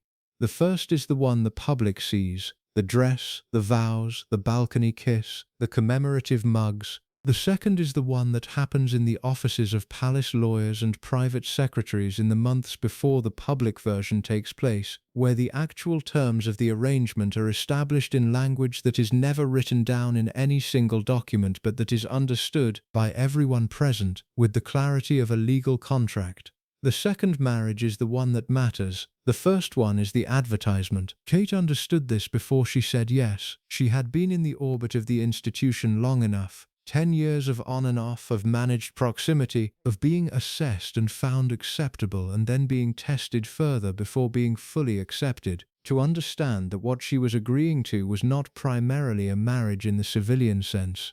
It was an institutional arrangement in which a marriage was the central feature, in the way that a company's logo is the central feature of its brand, visible, important, defining in the public imagination, but not the actual substance of what the organization does or how it operates. The terms of that arrangement, the ones never written but always understood, covered several things. The first term was primacy of the institution. Whatever happened inside the marriage, whatever difficulties, whatever failures, whatever private realities developed between two people living an extremely unusual life under extraordinary pressure, the institution's requirements came first. The image of the marriage was a public asset. Protecting that asset was a shared obligation. Neither party could unilaterally decide to stop protecting it without consequences that extended far beyond their personal situation. Diana had not understood this term fully when she accepted it, or rather, she had understood it intellectually but had not understood what it would feel like to live inside it, to discover that the institution's interest in your marriage had nothing to do with your well-being inside it, that the protection it offered was protection of the image rather than protection of the person. By the time she understood it experientially, she was already inside a situation she could not easily exit, and the gap between intellectual understanding and lived reality had become the central wound of her adult life. Kate understood it differently. She had watched Diana. She had watched what happened to Diana when Diana decided that her own truth was more important than the institutional image. She had absorbed the lesson that the palace drew from Diana, not that Diana had been wronged, but that Diana had been unmanageable, and that being unmanageable was the thing that destroyed you in this world. Kate decided early and consciously not to be unmanageable. She decided to be the opposite, to be so thoroughly inside the institutional requirements, so completely fluent in what was needed and when, that the gap between herself and the role would become invisible even to her. The composure was not a mask she put on, it was a self she built, deliberately, over years, because she understood that the self you bring to this life and the self the life requires you to be are different things, and that the only way to survive the difference is to close it. She closed it, at considerable cost as this account has tried to describe, but she closed it. The second term of the unwritten contract was discretion, absolute, permanent, non-negotiable discretion, not just about the obvious things, the infidelities, the difficulties, the private failures, about everything. About the texture of daily life inside the institution, about what the palace did and how it did it, about the gap between the official account and the experienced reality. The contract required that this gap be maintained silently, permanently, without ever acknowledging its existence. Harry broke this term. That is the essential nature of what Harry did, not the specific revelations in Spare or the Netflix documentary, but the act of acknowledgement itself. He said, publicly and with his name attached, that the gap existed, that the official account was managed, that the institution operated in ways the official account did not describe. The specific content of what he said matters less than the structural fact of the saying. He broke the contract. Kate has not broken it. Through everything, through the Norfolk situation and the health crisis and the photograph and the months of managed opacity, she has maintained the contract. She has not spoken. She has not briefed. She has not allowed the gap between her private experience and her public presentation to become visible in any way that the institution could not absorb. The question that people around the Wales household have been privately asking, in the years since the Norfolk situation became known inside the relevant circles, is whether the contract Kate made with the institution is the same contract she made with William, and whether, if those contracts have different terms, she still considers herself equally bound by both. A contract with an institution is a professional arrangement. You understand its terms, you calculate its costs and benefits. You decide on a continuing basis whether the arrangement continues to serve your interests and the interests of the people you are responsible for. That calculation can change. It changed for Harry. It has not publicly changed for Kate, but the conditions under which she made it have changed considerably, and the change in conditions always precedes the change in calculation. A contract with a person, with a husband, is a different kind of arrangement. It is based on a set of assumptions about who that person is and what they will and will not do. When those assumptions are violated, when the person turns out to be someone different from who the contract assumed, the terms of the contract do not automatically remain what they were. The violation changes them, not legally, not formally, but in the lived reality of two people who are each aware of what happened and of what it means for what they had agreed to. Kate knows what William did. She knows what the institution did to protect him. She knows what her own silence has cost her and what it has given the institution in exchange. She has made, across years and under conditions that would have broken many people, the ongoing calculation that the contract's terms still held. Whether they still hold now, after the illness, after the months of enforced withdrawal from public life, after the specific kind of clarity that a cancer diagnosis tends to produce about what matters and what does not, is a question the palace is managing for without being able to answer.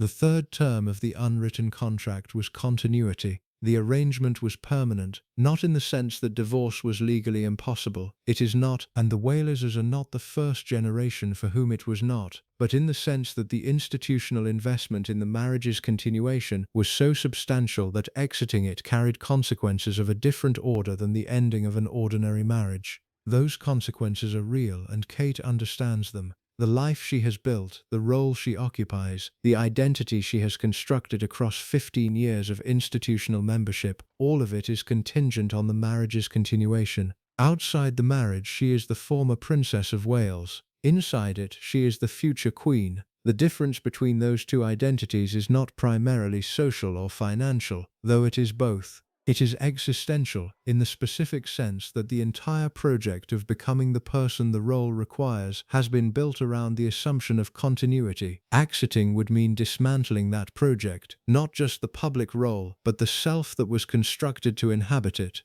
That is a loss of a specific kind, different from and in some ways more profound than the ordinary losses of a marriage ending. William understands this. The palace understands this. The institutional incentive structure around the marriage's continuation operates in part through Kate's understanding of what continuity costs her to maintain and what its absence would cost her to absorb. It is not a threat exactly. It is simply the architecture of a situation in which the options are limited and the person inside them is aware of the limitations. Kate is aware of them. She has always been aware of them. Her awareness of them has been one of the most important tools in the institution's management of the situation. Whether awareness continues to produce the same behavior under the changed conditions of her life post-diagnosis is the question the institution cannot answer and cannot afford to get wrong. The contract was made by two people in their late 20s, in circumstances neither of them fully understood. It is being held by two people in their early 40s, in circumstances that have changed in ways neither of them entirely anticipated. The terms that seemed reasonable at the beginning have a different weight now. Contracts made under conditions of incomplete information, held past the point at which the information has been completed, have a tendency to require renegotiation. What the renegotiation of this particular contract would look like, and what it would cost, and who would bear the costs, those are questions that the palace is managing for and that the rest of the world is watching for, and that only the two people inside the contract can ultimately answer. The watching continues. The answers have not yet arrived. Thank you so much for watching until the end. If you loved this story, check out the other videos on your screen now. I think you'll really enjoy them. And don't forget to subscribe if you haven't already. See you in the next story.